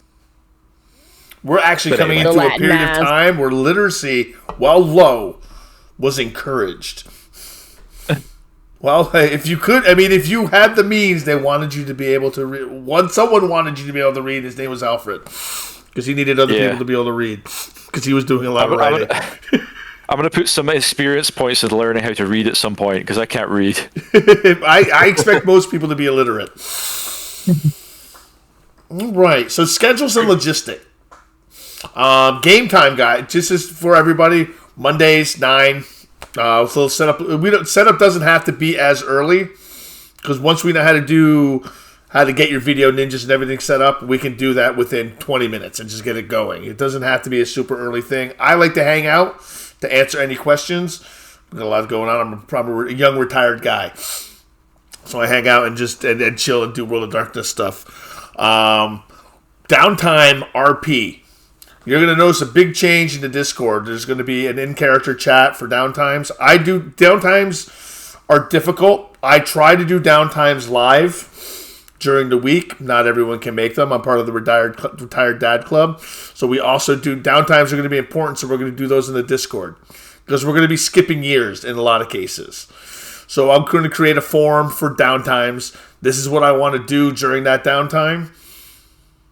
Now you can do it live in chat amongst each other. I encourage that to, however much you want to interact with the game is up to you. Like I said, I'm part of the retired Tad Club. I got a lot of time, so I can give you lots of content. So it's really up to you and how much you want to interact with it. So just have as much fun with it. Any house rules that we've kind of gone over. We're using feeding mechanics out of the book, but I've created some feeding predator types for everybody. I've created some lore sheets. Nothing super groundbreaking except that one level 5, which lets you enter the Umbra once per chronicle. Doesn't say anything about leaving, but it says you can definitely enter. Yeah, I noticed the small print there, so I avoided it. Might be a good way to survive the Battle of Hastings. I can't imagine. What's that? No, I'm learning to speak French for that. You learn to speak exactly. So you become this mythical being who disappeared into the spirit realm, and I don't know, maybe become that NPC in the Wraith game. Yes, our NPC in the Wraith game. So where that leaves us is we've got plenty of time. I'd like to knock out if everyone's amenable to it, to get into character a little bit. Take some time, get into character. Before we do that, I want to introduce a couple NPCs to everybody, because they're going to be important going forward right now. It's just 6 of them. You don't necessarily need to put them on your relationship maps if you don't want to, but you can. These are people that every one of you would know in some capacity or other during your everyday life in Winchester or the surrounding areas. There's Edric. He's another smith in the city. He's a broad-shouldered, soot-covered blacksmith known for treating the poorest with dignity. He repairs tools for free when he can, And any of you could have apprenticed under him or worked with him or done anything with him before. Sold him things. He's generally considered a solid, good Christian man who helps people. There's Winflid, the midwife, Win the Wise. She's an elderly healer with knowing eyes and a laugh like wind chimes. She's helped birth half the village. So probably if you've given birth or were given birth to or know someone who's been given birth to, you might have met her at some point.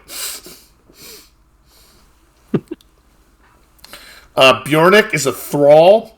He's a thrall to the local lord's household. He's silent, observant, and secretly literate.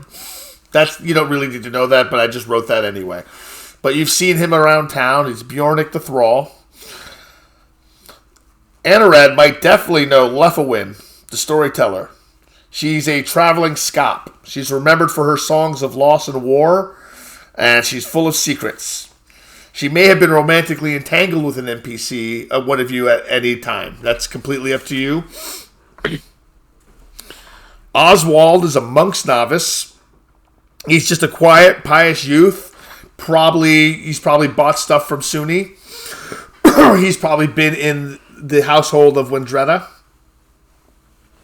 And then there's the brewwife. She's a warm, gregarious woman named Hrotha, and she's known for her honey mead and a scolding tongue. These are just What's her cat's name? What's that? What's her cat's name? Her cat's name? I don't have it. If she's a brew maiden, she's gonna have that tall black hat. She's gonna have a cat with her. Sorry, go ahead. No, you're fine, man. You're absolutely fine. So to begin this, your characters, you've each received an invitation. Either handwritten for the more noble amongst you,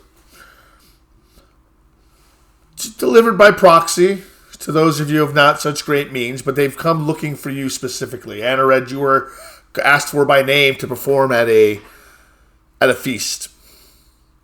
Sunni, you've been asked to join this feast as a prominent merchant.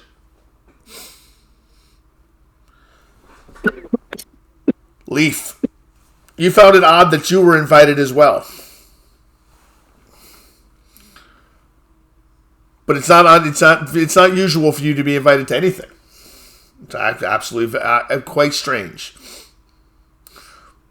Strange indeed. Wendretta, this event seems to be almost scandalous to you. Hence its appeal.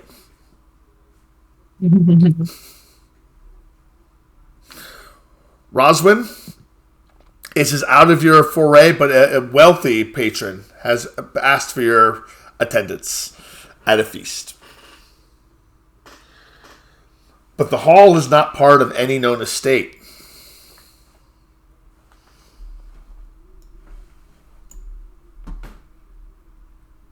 Oh, hold on, my script just went wonky on me. There we go. The hall is not part of any known estate. It's older, deeper, and half forgotten. A crumbling Roman villa buried beneath a barrow mound, unearthed by quiet labor and dark purpose. Moss clings to faded mosaics depicting long-dead gods, with ivy threads through broken archways like veins. Faint torchlight casts flickering shapes along the high, cracked walls, and smoke curls from censers that burn with resin and myrrh. In the center of it all stands a long oaken table, black with age, smooth as bone, set for 12, 6 iron goblets in the firelight, forged not days ago by a trusting hand. 6 chairs are meant for the honored, 6 more meant for others. The guests of power arrive first. Lady Thalassa of Narbonne, adorned in linen and opal drapes, herself across a high back seat like a painting come to life. Watching, always watching. Next is Father Cadern of the Ashen Choir. He paces behind his place at the table, murmuring fractured scripture in both Latin and Brythonic, unsettling even the flames.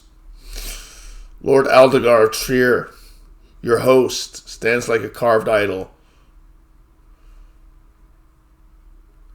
2 children seated before him as opposing pillars of grand vision yet to be realized. Brother Zorik, the bone weaver, moves along the stone like a lover, fingers brushing the villa's cracked bones. And in the far alcove, speaking to the shadows, sits the hollow seer, a silhouette that breathes like the wind through the dead branches. Then comes Edric the Smith, shoulders square, eyes wary. He scans the goblets he forged. He was promised coin, and this hall gives him none of that in its weight. Winfled the midwife, known for laughter and secrets, walks with a stick carved from elderwood, her smiling hiding a flicker of dread. Bjornik the thrall, slight and silent, takes his place without comment, his presence unnoticed by most, though not by all. Lethelwyn the storyteller lingers at the edge of the firelight, her harp silent now, her voice spent and her purpose done. The novice shifts uncomfortably beside his chair, eyes wide in the grandeur of the quiet menace, and Hrotha the brewwife, cheeks flushed from her own honeyed drink, is the only one who laughs freely, joyfully unaware of the role she plays. You are part of this feast.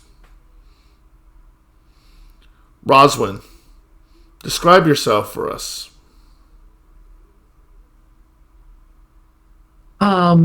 Roswin is of average height. She has fair skin, dark eyes, almost unsettlingly dark.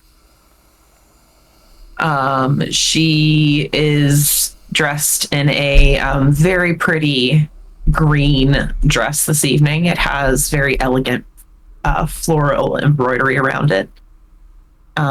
She's not sure why she was summoned here, but she's definitely she's wearing her finest in hopes of securing possibly an even more powerful patron than the Lady Winfled, even though she is very loyal to her. You know, she's always trying to find a way that she can get a little higher, get a little further. Throughout the night, you've met Lady Thalassa. She has seemed impressed by your dress, and she's spoken with you much about your promise. She's very interested in pursuing a relationship with you, or so she seems to say. She's foreign. Oh, go ahead. I very impressively show her an invention that I have in my dress, which is I have these very fancy pleats just in the side, because gathered skirts were not really a thing at the time, but I have these little pleats in the side of my dress, and inside one of the pleats, I have hidden a slit which goes into a pocket. This is like witchcraft at the time, but I'm able to pull out a small piece of embroidery and show her a floral design that I have been working on that is very intricate. You jumped over Pox. Scandalous. A witch. Exactly. This is a piece of technology that she has kept for herself because she knows it's crafty. Anarod, you've been here at the feast. You've caught the attention of Father Cadron, a priest who seems boisterous, loud. As he was murmuring fractured scripture in Latin and Brythonic, as I mentioned before, he's often broken into song with you throughout the course of the feast and the drinking. He's not touched a drop. He's not touched a drop of food, a speck of food, or a drop of ale. But the feast has gone on throughout the night. What have you been doing through the feast? Tell us about Anarod's activities. Well, Anarod has been kind of moving through the crowd and around the table, strumming his harp and singing and observing what's going on. I think he has picked up on a weird vibe, probably, with the selection of guests doesn't make any sense to him. There's all of these worthies from clearly parts very far away. Some people he knows from around Winchester. doesn't particularly make a lot of sense, but he's kind of getting into the song, and he's enjoying the attention that this priest is bestowing on him.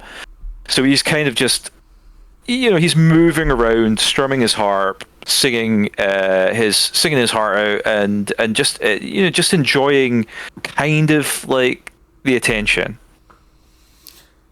And the attention's real. It's heaped upon you. Almost to the fact where Leffelwyn, the storyteller, seems to be a little jealous of the attention that you're receiving and the adulation for your talent. Because you are a talented singer. Blow her a kiss. What's that? I just blow her a kiss. Oh, okay. You blow her a kiss, and she fumes, her eyes narrow, and she picks up her harp and begins playing, but no one seems to really pay attention. It's a rapacious feast. Wendretta and Cyrenik, you have been seated next to the host, Lord Edelgar Trier. He's a very stoic man, but he seems interested in you, Wendretta, specifically. Not in that way, though. More in your potential. He speaks often of your potential and wasted potential. And how if he had been in this footsteps of the footprints of your husband, you would have been much more appreciated. Known for the power that you have, the potential that you have. And it is a shame that you live in such a time where you cannot show this power. How Roman women, while still confined to structure, wielded more power then than they do now. And it seems odd that he speaks so freely of Rome. Oh, you're muted. Dude. Is that okay now? You're okay now, yep. Okay. I was going to say, wow, Rome sounds very nice. He seems very Romanized for an elder from a nobleman from Trier. Very refined. Cynric, you get a sense that he does not wish ill on you, but he has been plying you with drink all night as well. Yes, his body language definitely puts me at ease, but the collection of those here is... I'm trying to meet how much I'm drinking. Wendretta, how are you responding to all this? To this obvious, I mean, maybe it's not so obvious to the time, but the almost love bombing. Definitely not used to having male attention quite like that, or pretty much any attention, unless she's making a fool of herself. But she's not quite sure what to make of it. Yeah, there is a hidden potential. There is something inside of her, but she wants to know, like, how does he see that? Why? He coyly reflects for a moment and says, all will be clear shortly. Even God favored one child over another. He says, and he just turns and he appears to take a sip from a goblet. But upon further inspection, you're not sure you've actually seen him really drink or eat anything all night. Leif, it's been a weird night for you. There's been drinking. There's been feasting. There's been a lot of Saxons. No one seems to question why you're here. But you have drawn the attention of a very hollow-eyed woman. Blonde-haired. Dressed in a incredibly blue-colored dress. Blue being a very rare color, especially on a commoner.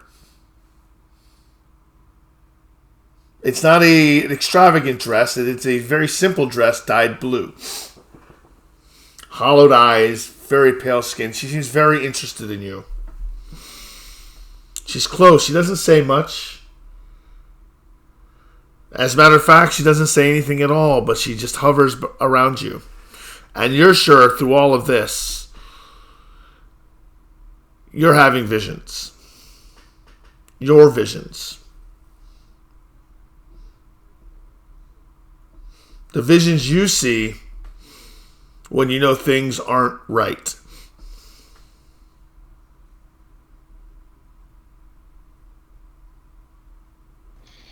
So, sensing that something is afoot, I think that Leaf would probably try to mind his P's and Q's and try to keep a sharp eye on what's going on around him. Can't quite put his finger on what's going on here, and he's not sure why he's here because he's obviously different from the rest of the room. But he's very curious and very weary.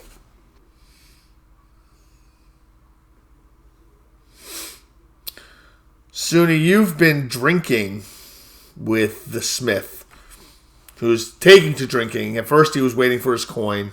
It hasn't come yet, so he's picked up one of the goblets he's crafted, and he's drinking with you. And you've both attracted the attention of one of the Christian priests, it seems.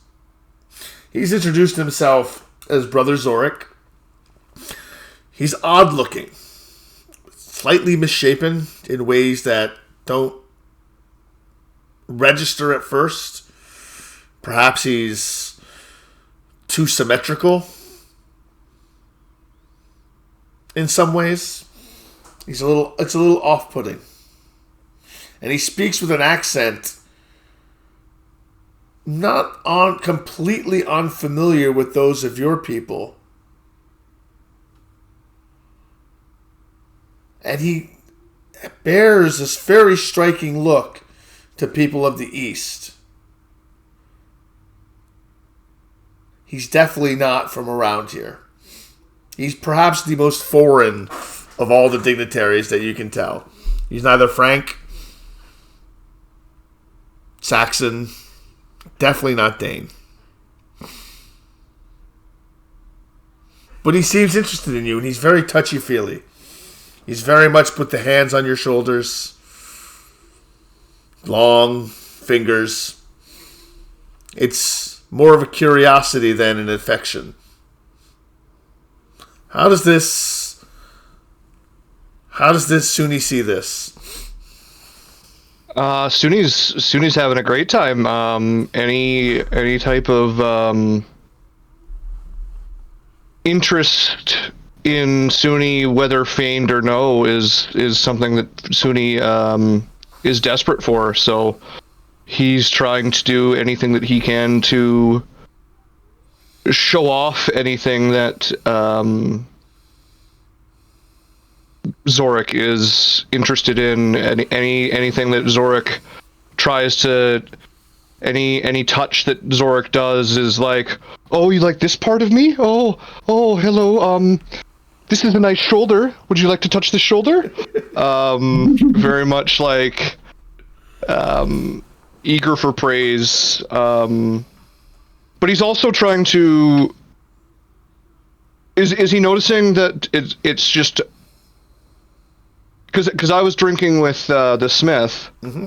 Is Zorik interested in the Smith or no? No. He doesn't seem to show any interest whatsoever. He's focused on you. Now, if the Smith speaks to him, and he does, he will make eye contact and he'll speak with him. But you've noticed at one point when the Smith spoke up too much, perhaps, that he received a look from Zorik that could stop a man's heart. And then the smile just came back to his face. It was just for a moment. Just a complete monster slipped just for a second, as if... And then it was gone. Yeah, that just makes Sunni want to even more to not wrong or cross this man. He wants to do anything in his power to be on his good side. And especially, like, he's got an accent from far away. I mean, that's another possible trade route connection. Absolutely. As the night goes on, more drinks are passed around. And you're given an opportunity, you and your patrons rotate around, and everyone is spoken to by everyone. Lord Aldegar speaks with Sunni, and you have a fine conversation about the finer points of trade between Saxons and Danes, and the different techniques of closing a deal, or the equivalent of closing a deal in 800 AD. And he's knowledgeable. He seems to be a knowledgeable trader. While Brother Zorik seems enthralled by Roswin's dress, and the craftsmanship, and the work. And once again, maybe uncomfortably so, he's touchy-feely with his long, spindly fingers. I'm not a fan of the touchy-feely, but I am holding it down because clearly he isn't from around here, and the fact that he isn't from around here means he probably has different customs than we do, and that's fine. But I find him very fascinating. I want to know all about him. Where are you? You're a very interesting individual. Obviously, you've traveled. Zorik relates how he and his compatriots represent a new way of doing things, a more modern way of thinking. This very much piques Roswin's interest. And he plays coy with it, but he says, we offer potential and power to those who need it, but it's not for me to say. He seems very loose-lipped, and when he does speak up, you catch a glance from across the room from Adelgard. And it silences your compatriot for a moment. And he says, I've said too much. I pick this up and I kind of give him a nod, like, no disrespect. I understand. She's used to picking up gossip and things while the girls are getting their dresses fitted. She knows how this goes. While all of this is going on and everyone's socializing, it becomes clear that Winfled, the midwife, is being seated and propped up in the position of prominence, the pride of place at the table, the place of honor.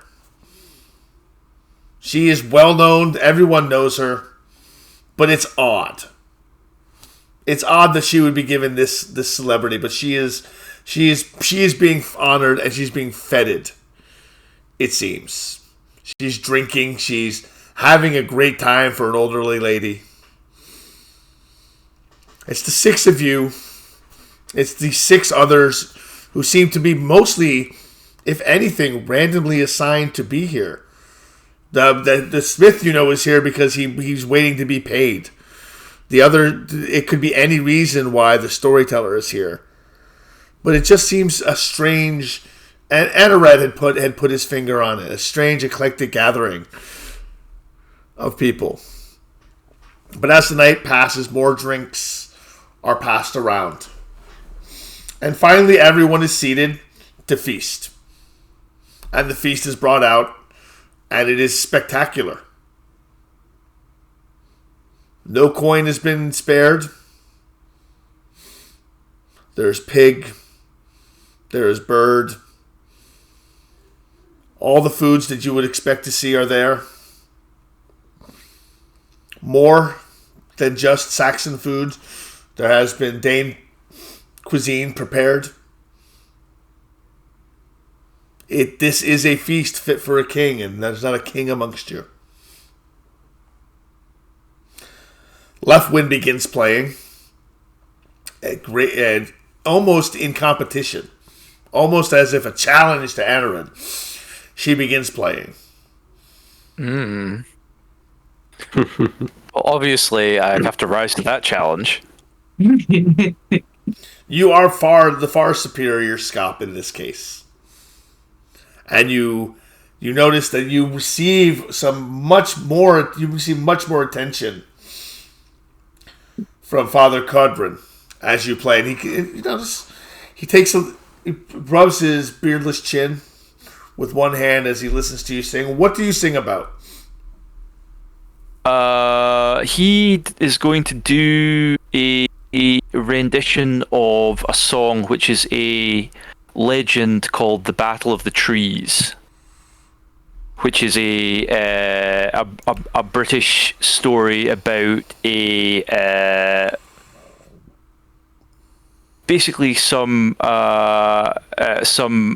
mortals who steal some livestock from the god of the underworld, and one of them uses his magic to animate the various trees of the forest to defend themselves against this onslaught from the underworld. And that is the song that he does. He does tend to do songs with British themes, but he kind of does them up in kind of Saxon dressing a little bit. So there'll be the odd reference to God or whatever in there, but it's always kind of just like, it's clearly pagan, but it's got the little Christian lampshade on. Leaf appreciates this. I like it. It's so scandalous. I love it. As you play, you get a resounding from your hosts, from the 6 hosts that have been greeting everyone who have not eaten a bit. They clap. A resounding applause for your performance. Elrod takes a bow. Then Lord Edelgar stands. And servants come in and they remove the goblets that you have. And they bring in new goblets. Beautiful goblets. Freshly crafted by Edric the Smith.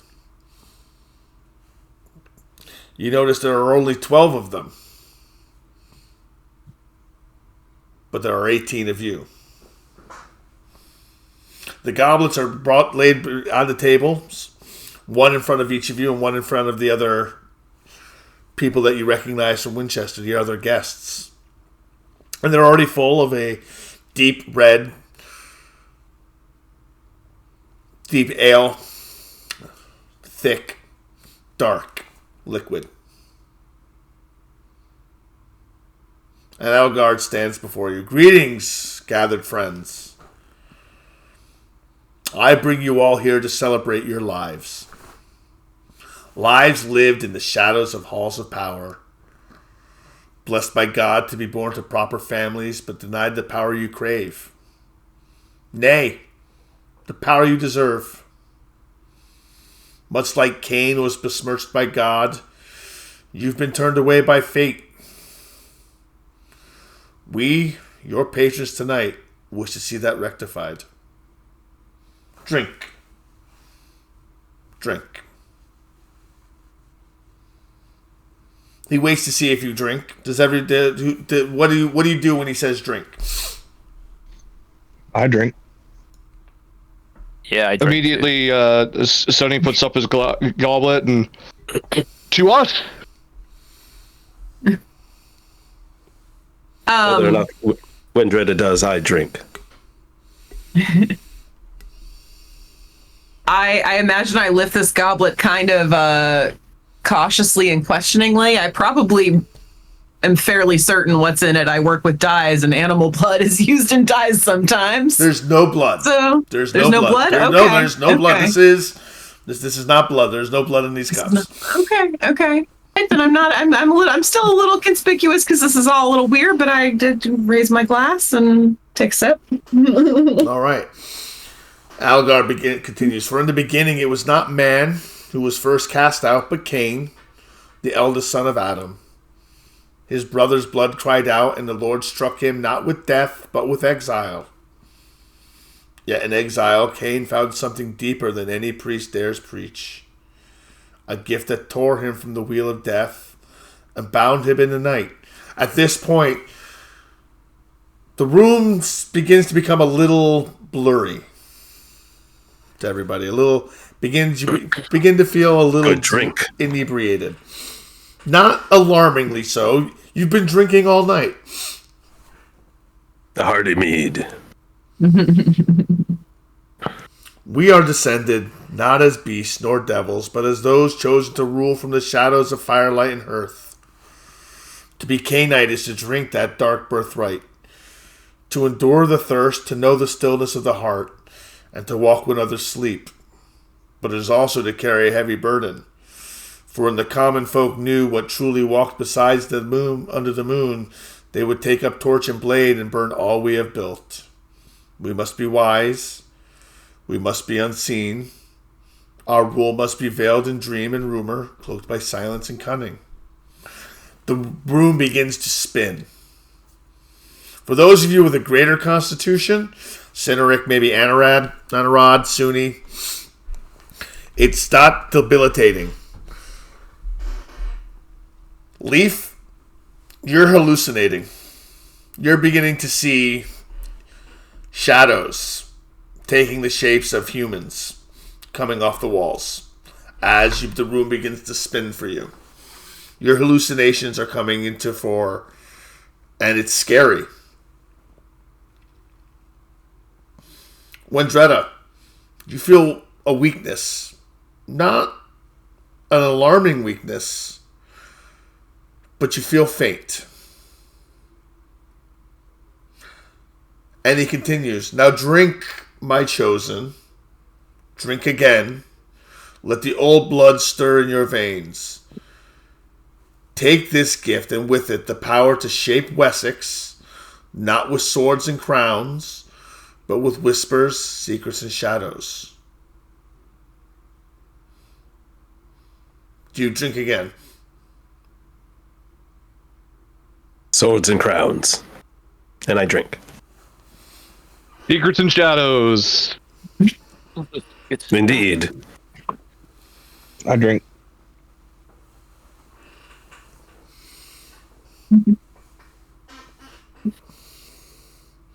The last thing you hear after you drink is, sleep now and rise as more than men. And you pass out. Roswin, you awaken. The fire in your neck for a second, for a moment. And you feel your eyes flash open and you can't really see anything except hair in your face. Dark hair. And you feel heat leaving your body. But you can't struggle. You're too weak. And you feel yourself. You feel your fleeting heartbeat. Feathering. Releasing. And then it stops. And you feel cold. And your mouth is forced open. And you feel something warm. Hot. Addictive. The taste of it like nothing you've tasted before. Copper. Sweet. Thick. And you drink. And you drink. Until you're forced to stop. And your eyes flutter open. And the first thing you see is Winflid the midwife. And something gnaws within you. A hunger A calling that you've never heard before. You can't stop yourself. The old woman, her eyes flutter awake. And before she can move, you're on her. You're biting her instinctively.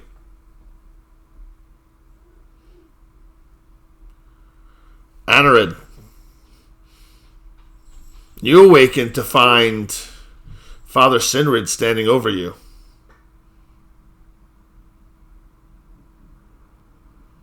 A knife to his flesh. Warmth on your lips. Cold in your body. Hunger that you've never felt before. And something more.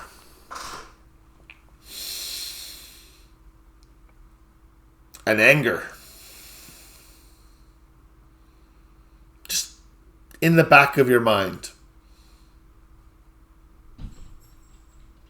An agitation. An itch that can't be scratched.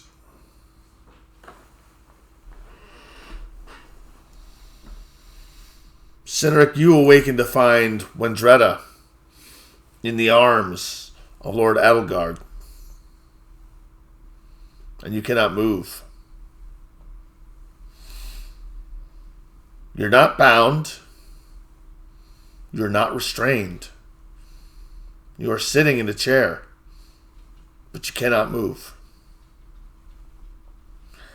His mouth is locked to her neck. And you can see blood running down the side of his lips, pooling in the corners. But you cannot move. He releases her, and you can tell in that moment she is dead. There's no life in her eyes, no life in her skin. And he rips open his wrists with his teeth and forces his wrist to her lips.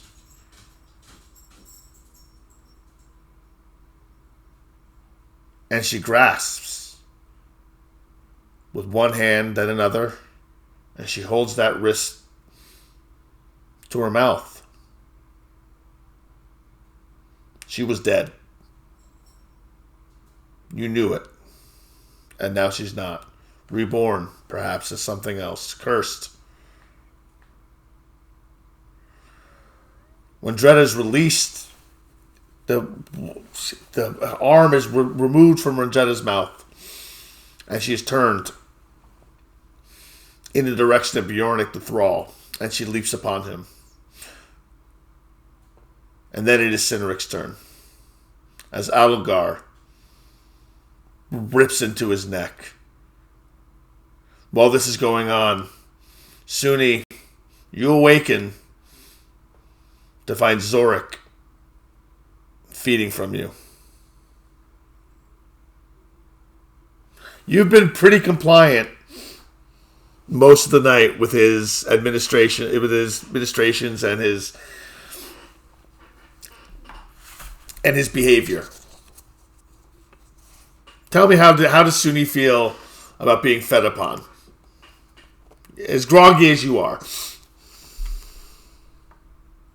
This is surprising. I have no idea what's going on.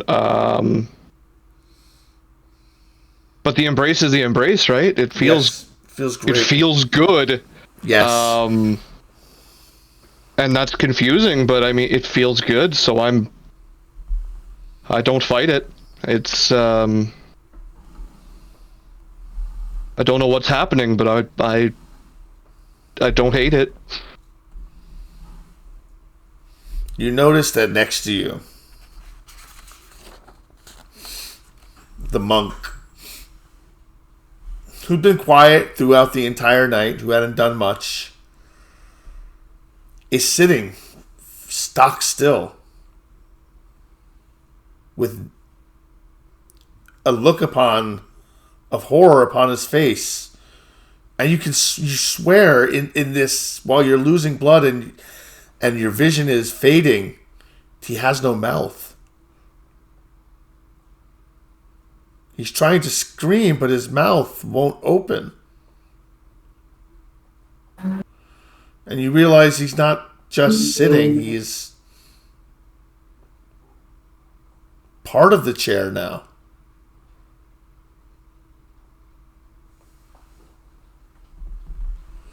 That doesn't matter, though. As Zorik feeds you his blood back as you feel yourself slipping, you lose control.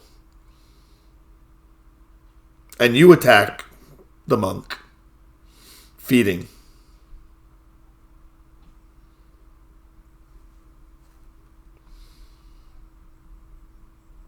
Leif, it's bad for you. The visions are horrible. All the while you're being fed on was this woman has leapt onto your back, riding you as if she was a pack you were carrying back and forth. She's feeding on you. There's nothing consensual about it. It's violence. And there's nothing you can do about it. As strong as you are, she seems to be stronger. You look around while this is happening and you see the others either in what looks like a loving embrace or something far less traumatic than what you're going through. But she is ripping and tearing at your neck. And eventually you fall to your knees, scrambling to throw her off. But she brings you down like prey. And she whispers into your ear.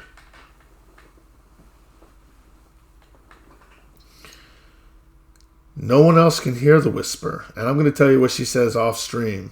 But she whispers into your ear. And just before you go out, I'm going to send it to you right now, Bad Dad. You can feel free to tell people when you want. Just Bad Dad Gaming.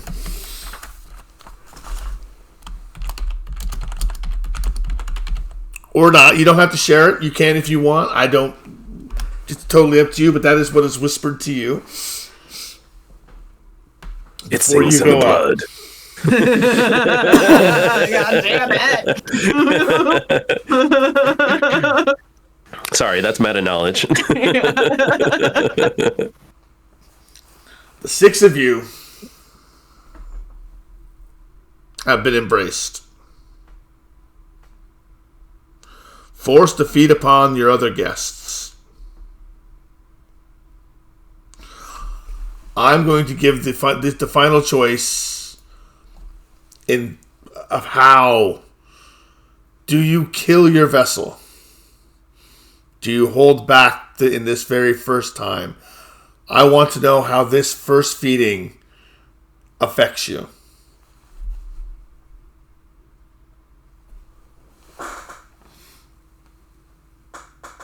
Anurod is feeding from the other bard, I presume. Absolutely.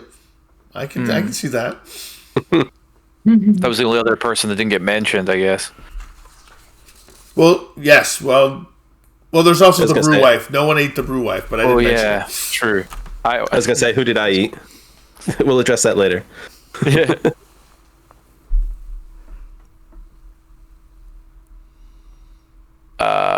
I don't know that Anurod would have any control over whether or not he wouldn't know how to control himself. So I think he probably would kill a person. Would you like? I mean, well, let me ask you narratively, storyteller to player. Would that be the narrative you'd like to go with? That you killed your first prey, or that you didn't? It could go either way. However, we want to tell the story. I'm not risking humanity. I'm going to risk a stain. I'm not going to risk humanity on anyone on night one and in session 0. True. We roll for it. You want to roll for it? Okay. Yeah. Sure. Or yeah. Or let's say, for the sake of not like damaging my humanity just yet, that Right. that he is able to stop himself. With the help of your sire, who doesn't want Right. you to become a monster. He pulls you back, calms you down. He looks you in the eye. Doesn't give you a command. Just tells you to relax, child. Breathe. Take a breath even though you don't need to. What did you do to me? You are one of us now. K-Knight. I'm not breathing. You're not. There is much to tell you, and there will be time for this.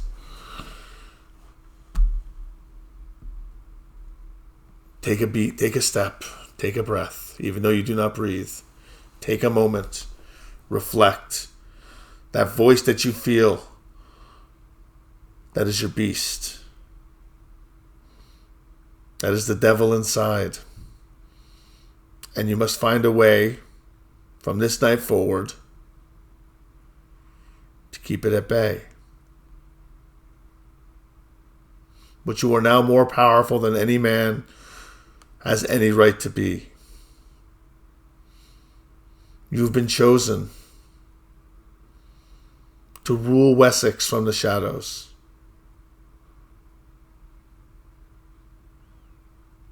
You will not be left alone. You will be taught. You will be instructed. But 6 of you are Wessex.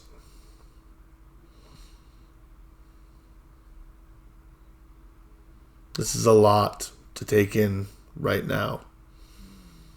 And he kind of brings you over to a corner. He continues soothing you, giving you more information, telling you more, answering your questions. And what are some of those questions you may have?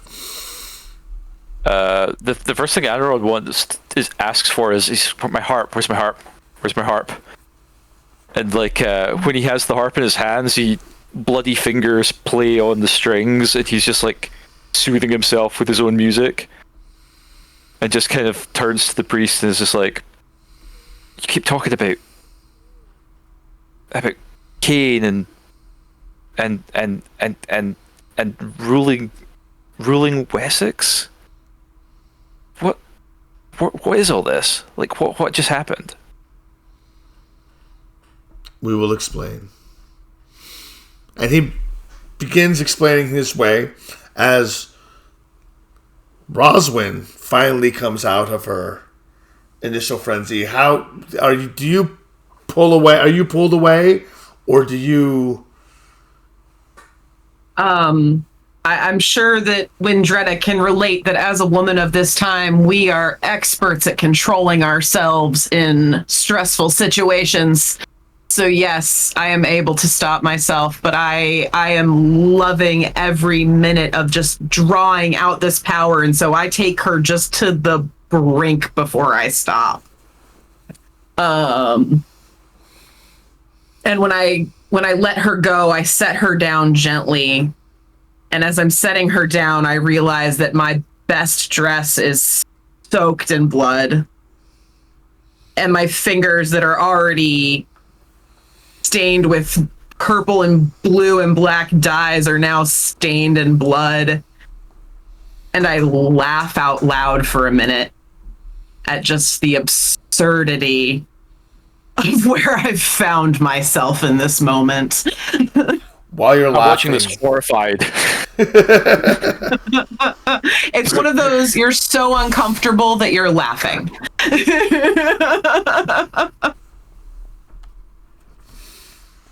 This is a new light to see the dressmaker in. Cynric, you've been feeding on the brew wife when you come out, and you gain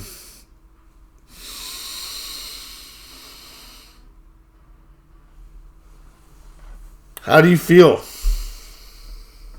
After... Do you kill this woman? No. No. No. This. Are you... You are not pulled away by your sire.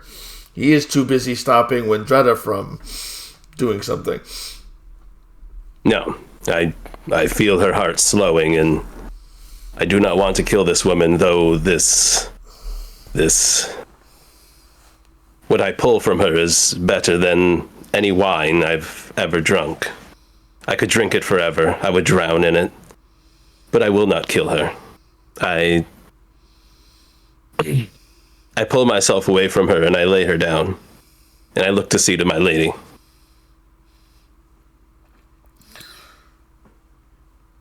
Wendretta, you nearly kill this man. And you have to be... You are thrown off of him by Lord Edelgard. But you immediately begin to vomit. You disgorge the blood you just drank. As it is not from a noble.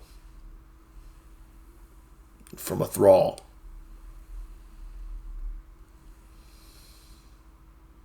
You are still very hungry. The only one who seems even appropriate for you to feed upon is the man who just made you. What do you do? Oh, you're muted.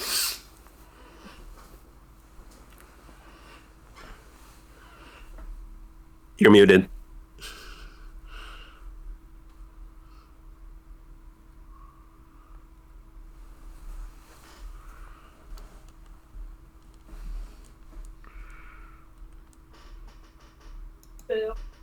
Yeah. Okay, hold on. Yep, no problem. Tech support.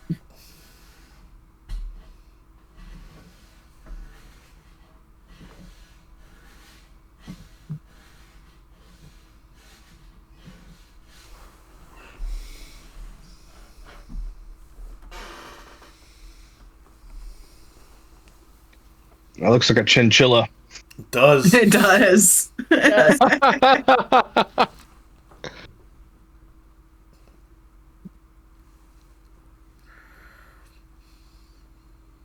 Yeah, Cineric was actually a gangrel.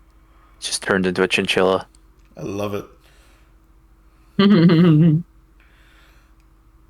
Better? Nope, still can't hear her.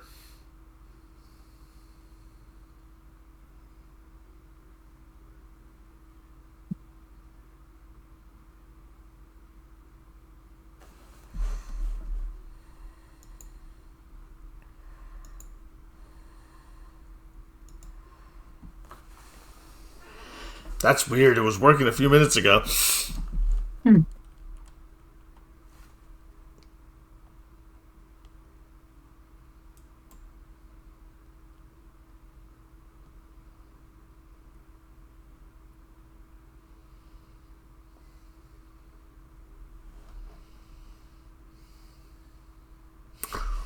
right. While they're getting theirs, we'll go to Suni.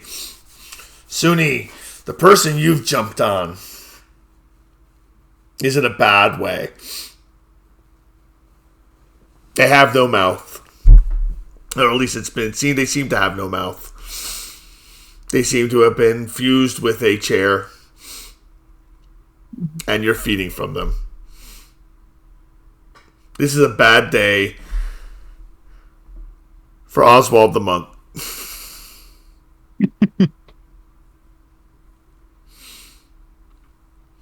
Do you take it all the way?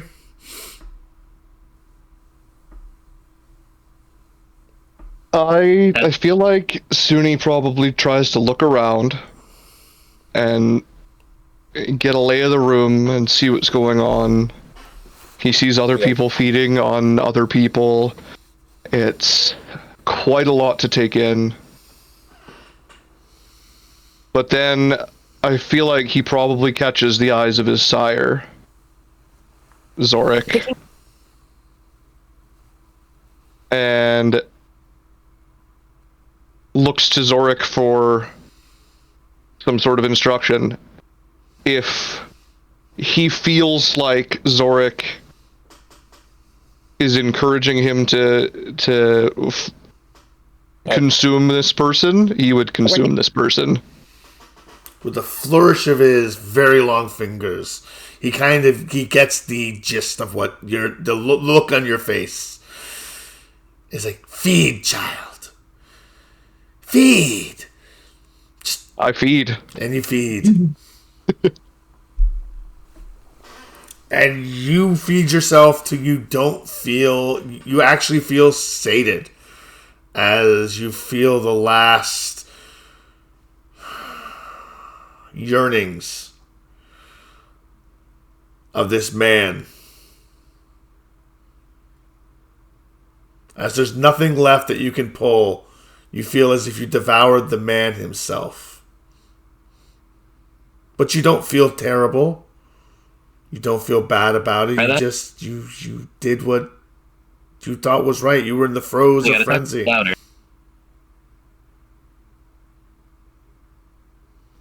Nothing yet. Nothing yet. Voice, that is. We're not risking your humanity, or because I do know this one would be against your conviction, but you're being led through this one, so you're not being your humanity's not being destroyed. This is session 0. I'm not that neat. I'm not an SD like that. Leif, you fed.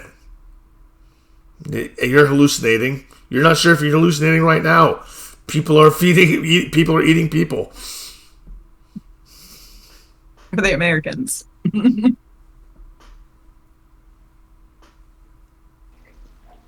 As a matter of fact, you felt the urge and you've participated in this feeding.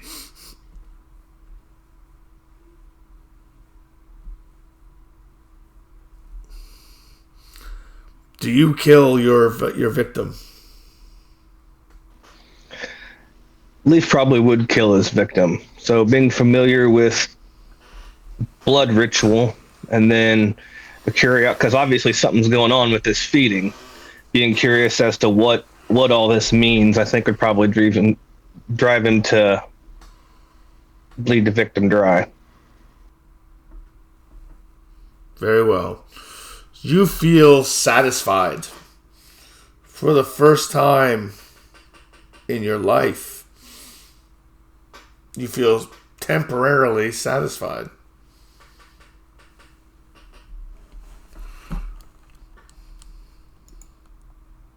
I'm just checking something in the Discord. She's not muted in here. I have no idea what's going on. I put a lav mic on her. Apparently the little mic we got her is cute, but ultimately not good. So we'll get it figured out midweek. I apologize that it's... No, it's okay. Stuff happens. It seems like our luck that we always have this or something similar happen. There's always the sound. It's always something with sound. All right.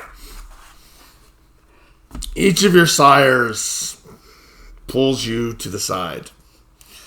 Anarid, yours seems to be the most thoughtful of the assembled.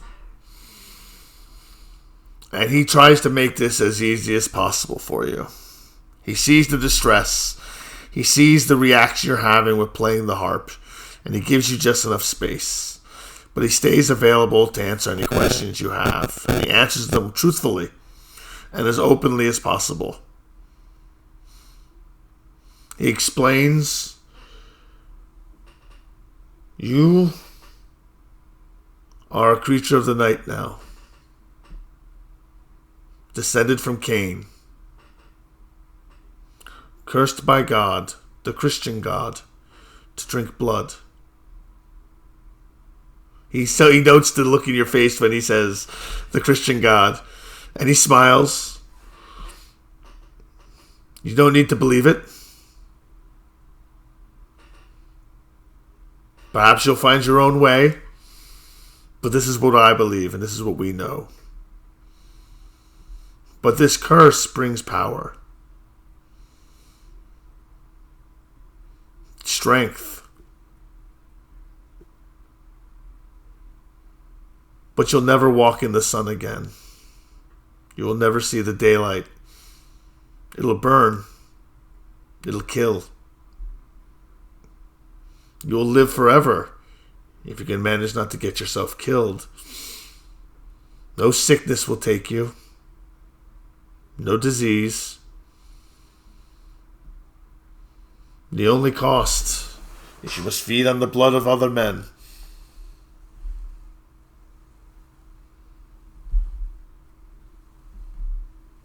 Am I dead? I don't believe so.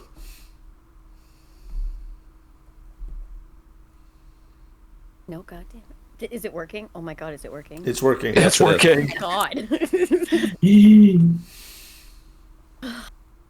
Christ.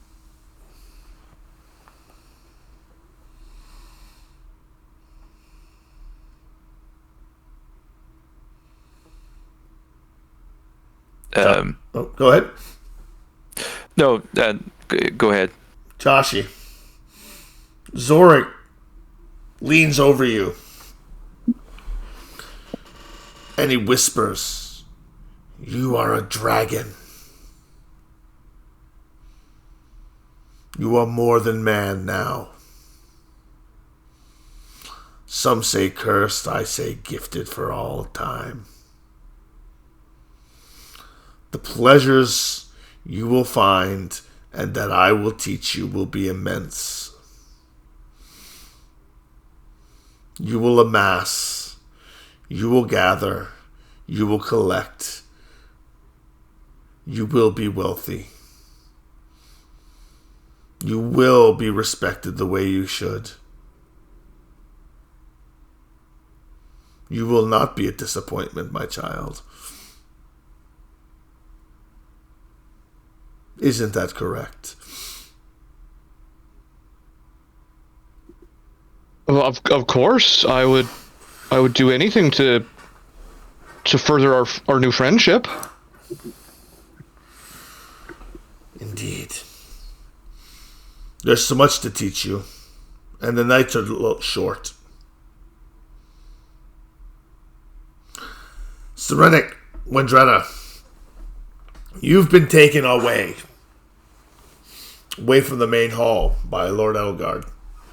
We're going to get to you in just a moment. Roswin,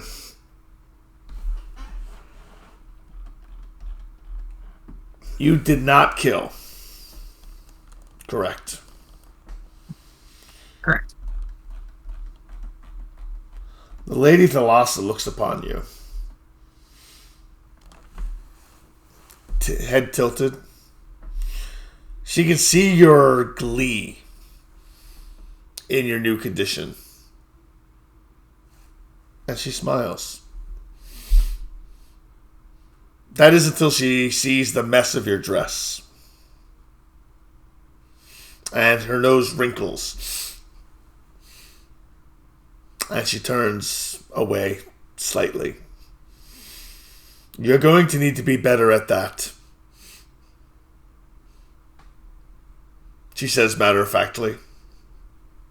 She kind of looks down at herself and again looks at her hands and she goes, "Forgive me, my lady. I'm not sure what came over me."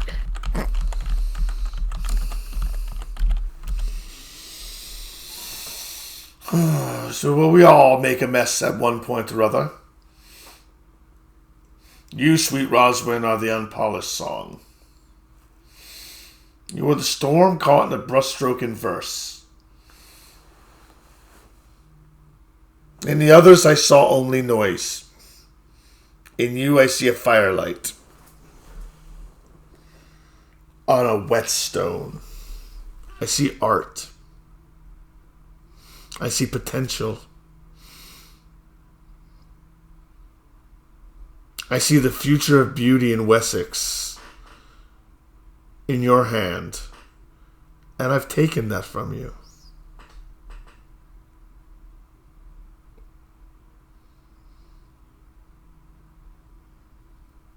I don't understand, my lady. You will, in time, know that I have given you a gift, but taken another away from you. You'll never create like you've created before. But now you will be tasked with preserving the beauty of Wessex, fostering the beauty of Wessex, ensuring the beauty of Wessex,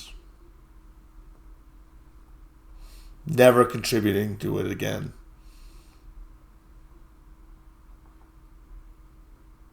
You are an immortal now, dear.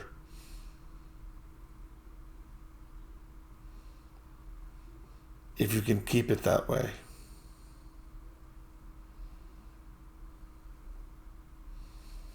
Leif, the hollow seer, the woman in blue, sits on a table,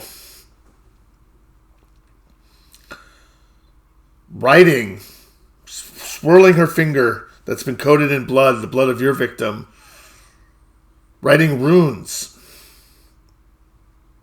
on the oak table. Designs, not necessarily Danish runes, not runes you're familiar with, but symbols. And she mutters. It's not much of an education at first, but in it you hear whispers, secrets.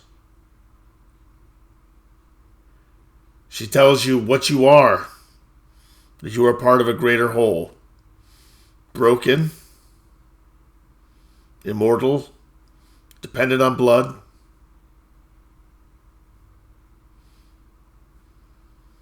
That life will never really change for you, except you are bereft of the sun, and you will likely cause harm to your loved ones. And she says this with glee, with a smile on her face. She's very unsettling. Hollowed eyes. She's seen things. She knows things. And now you feel it in deep inside you. You know things as well.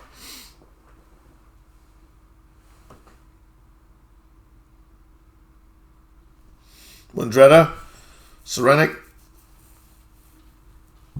you've been brought to another room where Wendretta is staring into the eyes of Outerbridge, and he is whispering to her. And you notice that she is, as he's whispering these commands, she begins to calm down. He tells her to sit, and she sits. He looks to you and he tells you to sit, and you sit as well. You don't even think about it. He says sit, your butt hits the floor, hits the seat. And he begins explaining what it means to be a king. First, he explains it doesn't matter if you are a man or a woman. Not anymore. The mortals might not see it differently, but you are better than them. You have the blood of kings in your veins. You are Wessex now. You will rule Wessex with the help of the others. You will grow its wealth, and you will make way for our return someday.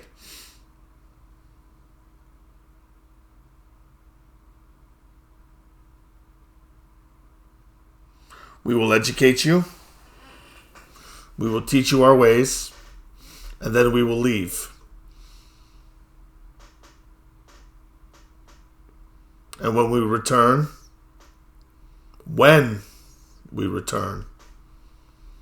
we expect to see that you have flourished.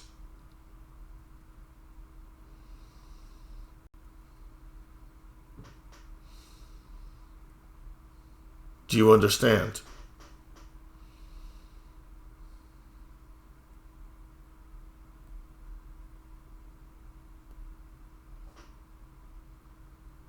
I assume you understand.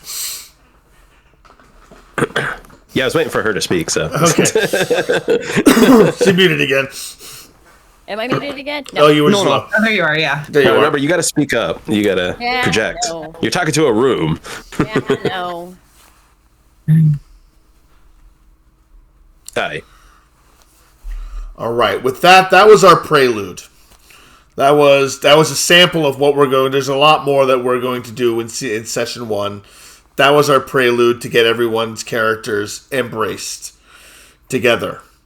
I've got more planned individual stuff for people because there's a lot. There's 6, 7 of us, so individual sire time would be difficult. I will send everybody some write up with actual information from their sire to help everyone along. I'll get that to everyone by Wednesday. But individual sire scenes would have been long.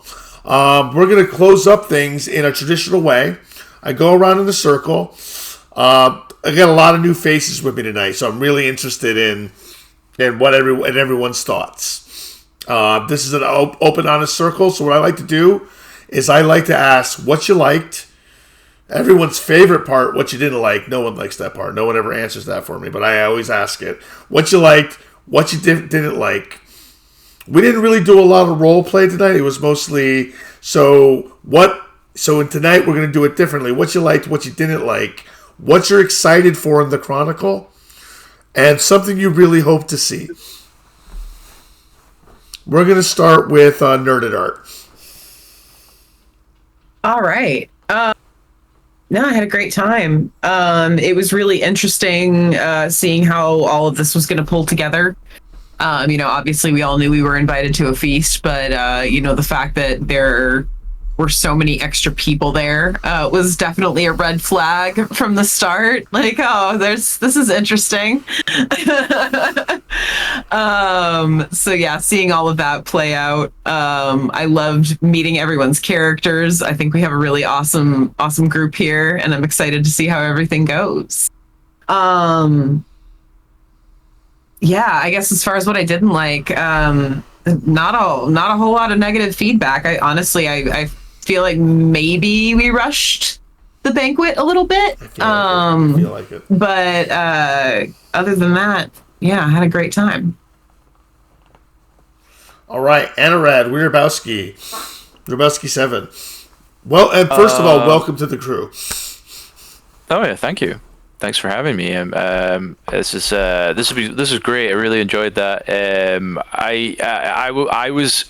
My favorite part was when you introduced all the characters. I'm like, ooh, who's my sire?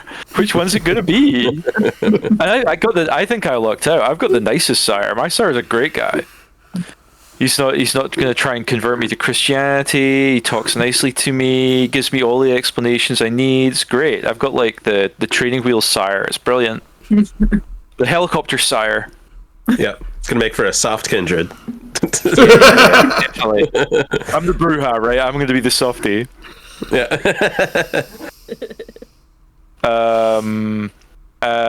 Favorite moments. I quite liked Roswin's like cackling laugh at almost draining that person entirely, and Anarod just kind of like covered in blood, strumming his harp, looking like shell shocked.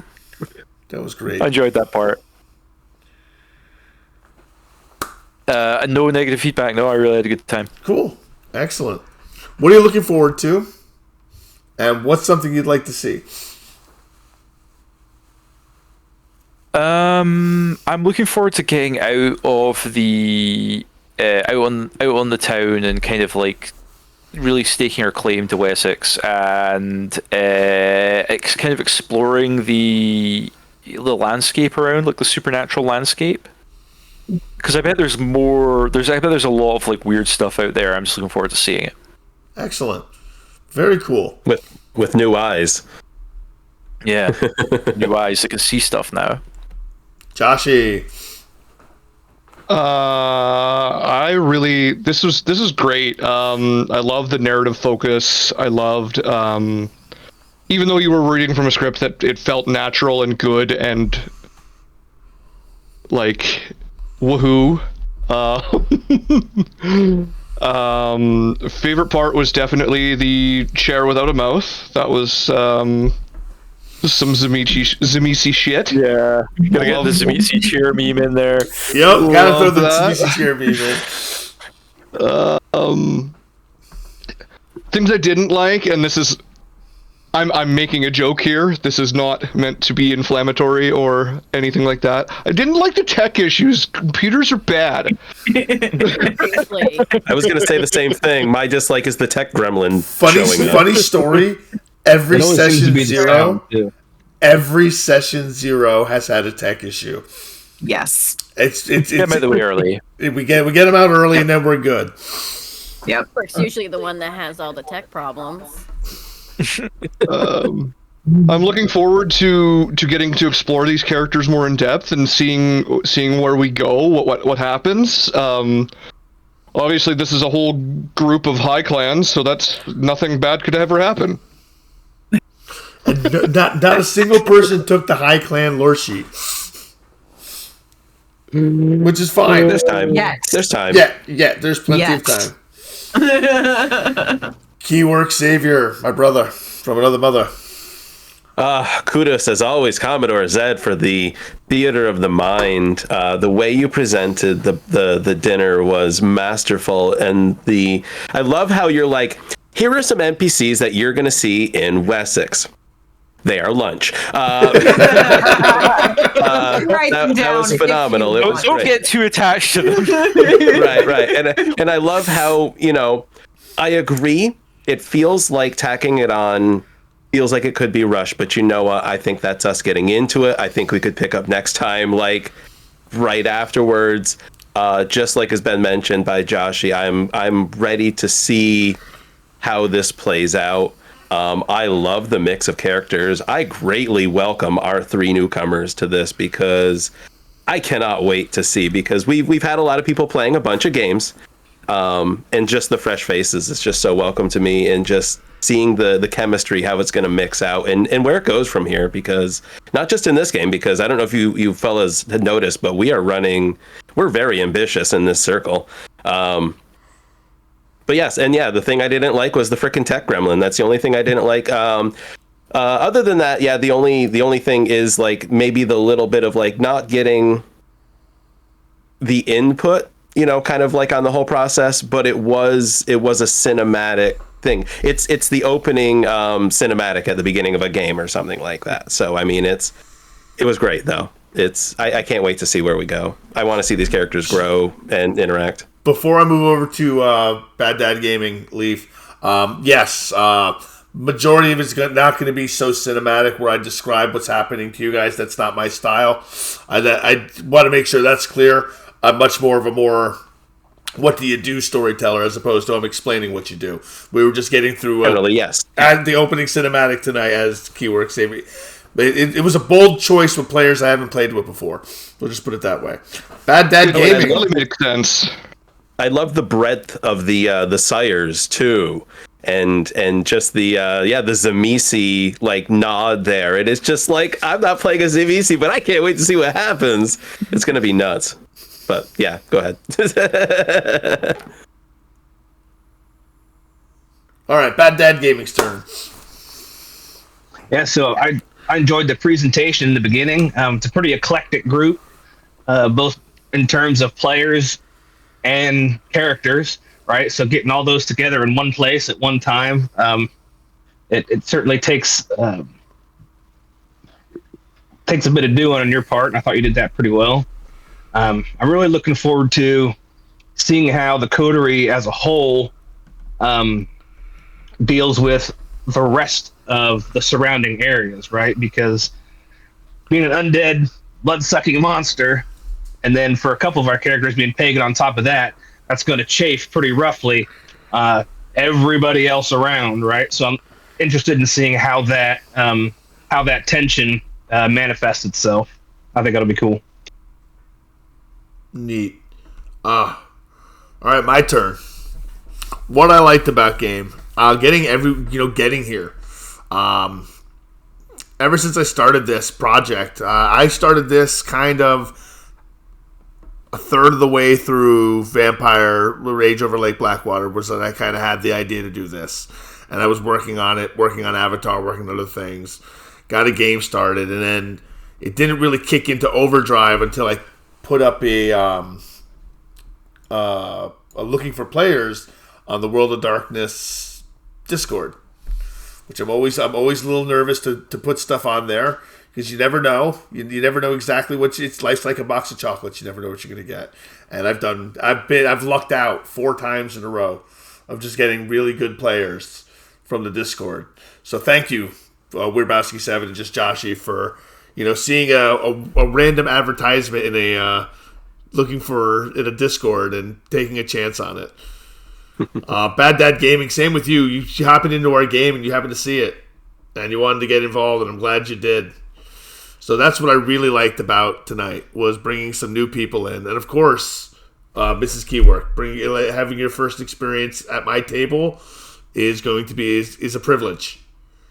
It really is, because there's a lot of choice in gaming, and you guys could go anywhere, play any games you wanted, but you're choosing to spend the time with me. So that's my favorite part. That means a lot. My least favorite part, tech goblins. Tech goblins. We could have, I really wanted to get the prelude out of the way in session 0, and we would have had more time to have done that if we hadn't had the tech goblins. So I felt I was a little rushed at the end, and I do apologize. And somehow Nerded Art is sticking halfway out of her box. I need to fix that. Yeah, that's actually been happening. Yeah, it's been happening. I need to fix that. There we go. Back in the cage. In a glass cage of emotion. I was coloring outside the box. Okay. Tech issues are the least favorite thing, but they usually only happen during session 0, so which is fine. I'm going to actually give out a little bit of XP tonight. I'm going to give out 2 XP. Ooh. Oh, dang. 2 XP for our session 0 because we did do a little playing. What am I looking forward to seeing the most? I am looking forward to the role play between this crew. The periods of time when I can just sort of sit back and let the 6 of you dictate the narrative based on your role play. Because I think there's a good chemistry here. And it's going to make for a great game for me to watch and a great game for other people to watch and just to play in. What do I expect to see? Lots of good role play. Yeah. I've got some good plots out there that I think you guys are going to like. And you're going to role play through them, and it's going to be fantastic. So 2 XP for the night. We're going to try something new. Let's find out a raid target. Yep. When Dretta, is your audio working? Because she didn't really get a chance to give feedback. Oh, my bad. When Dretta, your turn. Yeah. I'm so sorry. Yeah. Oh, well, I liked everything about it. Like, this is my first time doing anything like this, aside from, I do have some role-playing experience. It's not like this. It's a writing-based type thing where you write between a bunch of people instead of doing talking. So I do have some experience there, so this is a little different, but I really did enjoy it. I do like how you're kind of more in the moment. I really liked when what is it? Honorad did his harp playing. That was great. He was stimming. Yep. I don't know. The part probably was horking all over the place. That's not fun. Yeah, right. That's not fun. What is this swill? Commoners?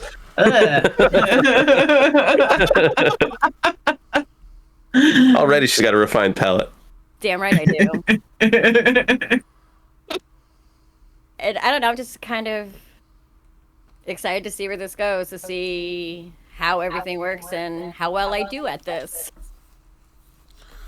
If tonight is any judge of how you're going to do, you're going to do great. I hope so. So I'm fairly certain you're going to do just fine. So I'm going to send this over to the Neon Swamp tonight. They're playing Lancer. And But before I send us over, I'm going to put us into a raid, but I'm going to run our new end credits first. And that'll give us some time to decompress. Give me 1 second. I'll get these credits running, and then I'll get us raiding.